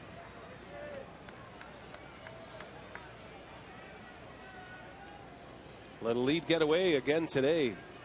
Back-to-back games the Brewers have had sizable leads. Today it was 4 runs, a 5-1 Brewers lead after 2 innings. And the home run ball has bitten the Brewers pitching staff with this Marlins club in town. 3 more home runs today for the Marlins after hitting 5 in yesterday's game. Bouncing ball, that's through, a base hit. There's your bloop. And Weeks going to second base. The throw to second. Safe is the call. Wow. Oh my goodness, Ricky Weeks. How about that? As risky as it gets. There's that defense for the Marlins. It's not an error, but well, you talk about a risky play down by a run. Ricky Weeks coming into Omar Infante with a full head of steam. Look at Ricky running hard, realizing that Cousins kind of taking his time going after it, and look at this. Look out. Taking Infante down with him. That is great base running if it works, if you're safe. If you get thrown out, not so great. Ball beat him, but by the time Infante turned around, Ricky's safe at second. Great camera work. Now Martin Maldonado. It's a double for Weeks. That's a double. Hustle double, and the tying run is in scoring position. A base hit will even it up. Maldonado.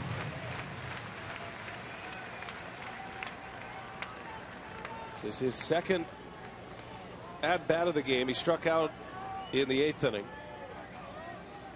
Came in defensively in the top of the 8th. Brewers have Taylor, Green, and Ishikawa on the bench, but you can't pinch hit from Maldonado.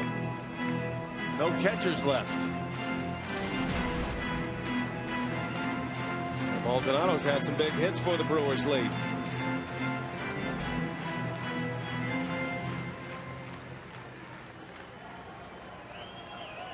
Brewers in a position once again. A home run wins it. 2 balls and a strike.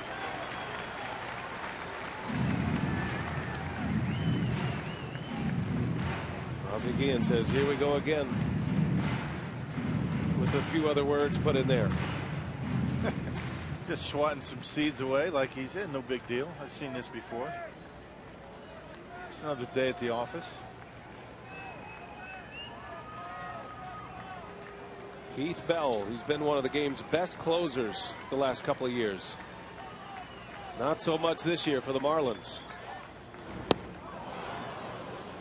2-2 on Maldonado. Heck of a breaking ball that time by Heath Bell. Going straight down as he gets the home plate. Tough pitch to hit right here. Man.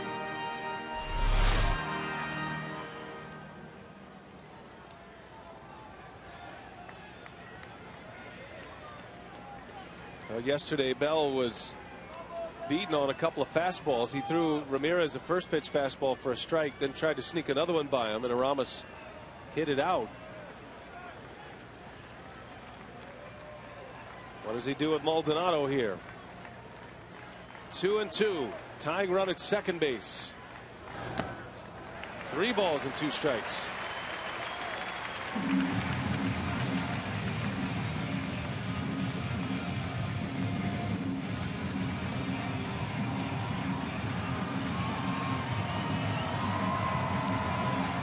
See the pinch hitters back there. Travis Ishikawa, Taylor Green.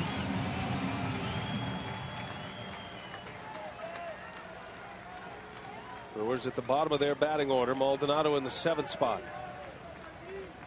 Full count. Weeks with a big lead at second, and Maldonado down on strikes.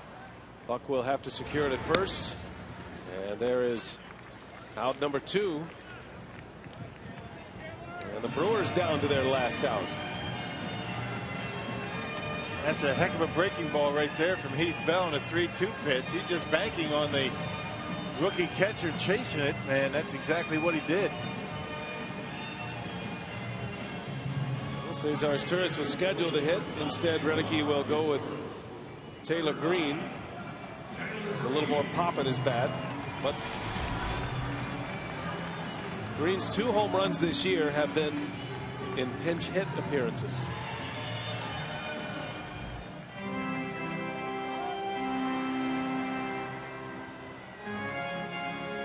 So Green gets his chance in the spotlight.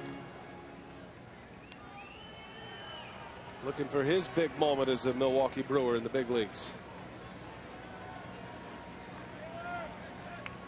Tying run at second base in Ricky Weeks, who hustled his way to a double on a base hit back up the middle.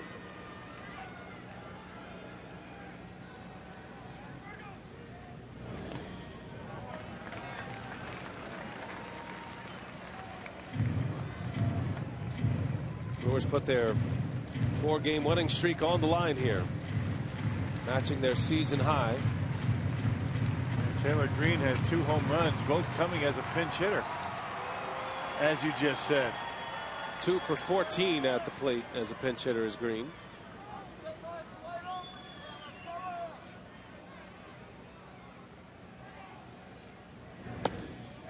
Two and nothing.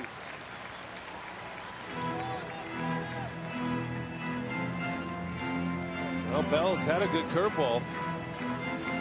Do you dare break it out on a 2-0 pitch to a young hitter?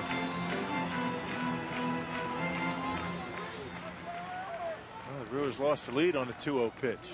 Or I should say the Marlins took the lead on a 2-0 pitch to Hanley Ramirez. See what he does with him. Bell deals a 2-0 right down the chute. Took a little off, looked like a changeup, maybe a dead fish. 85 miles an hour.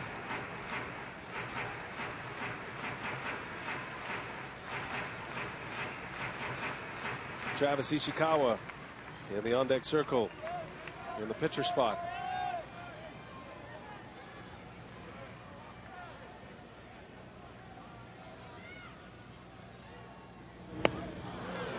Two and two.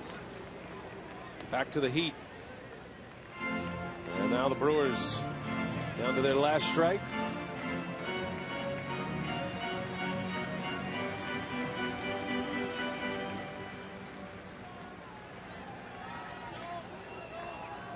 Keith Bell back in the driver's seat now. He's come back from 2-0. I like it.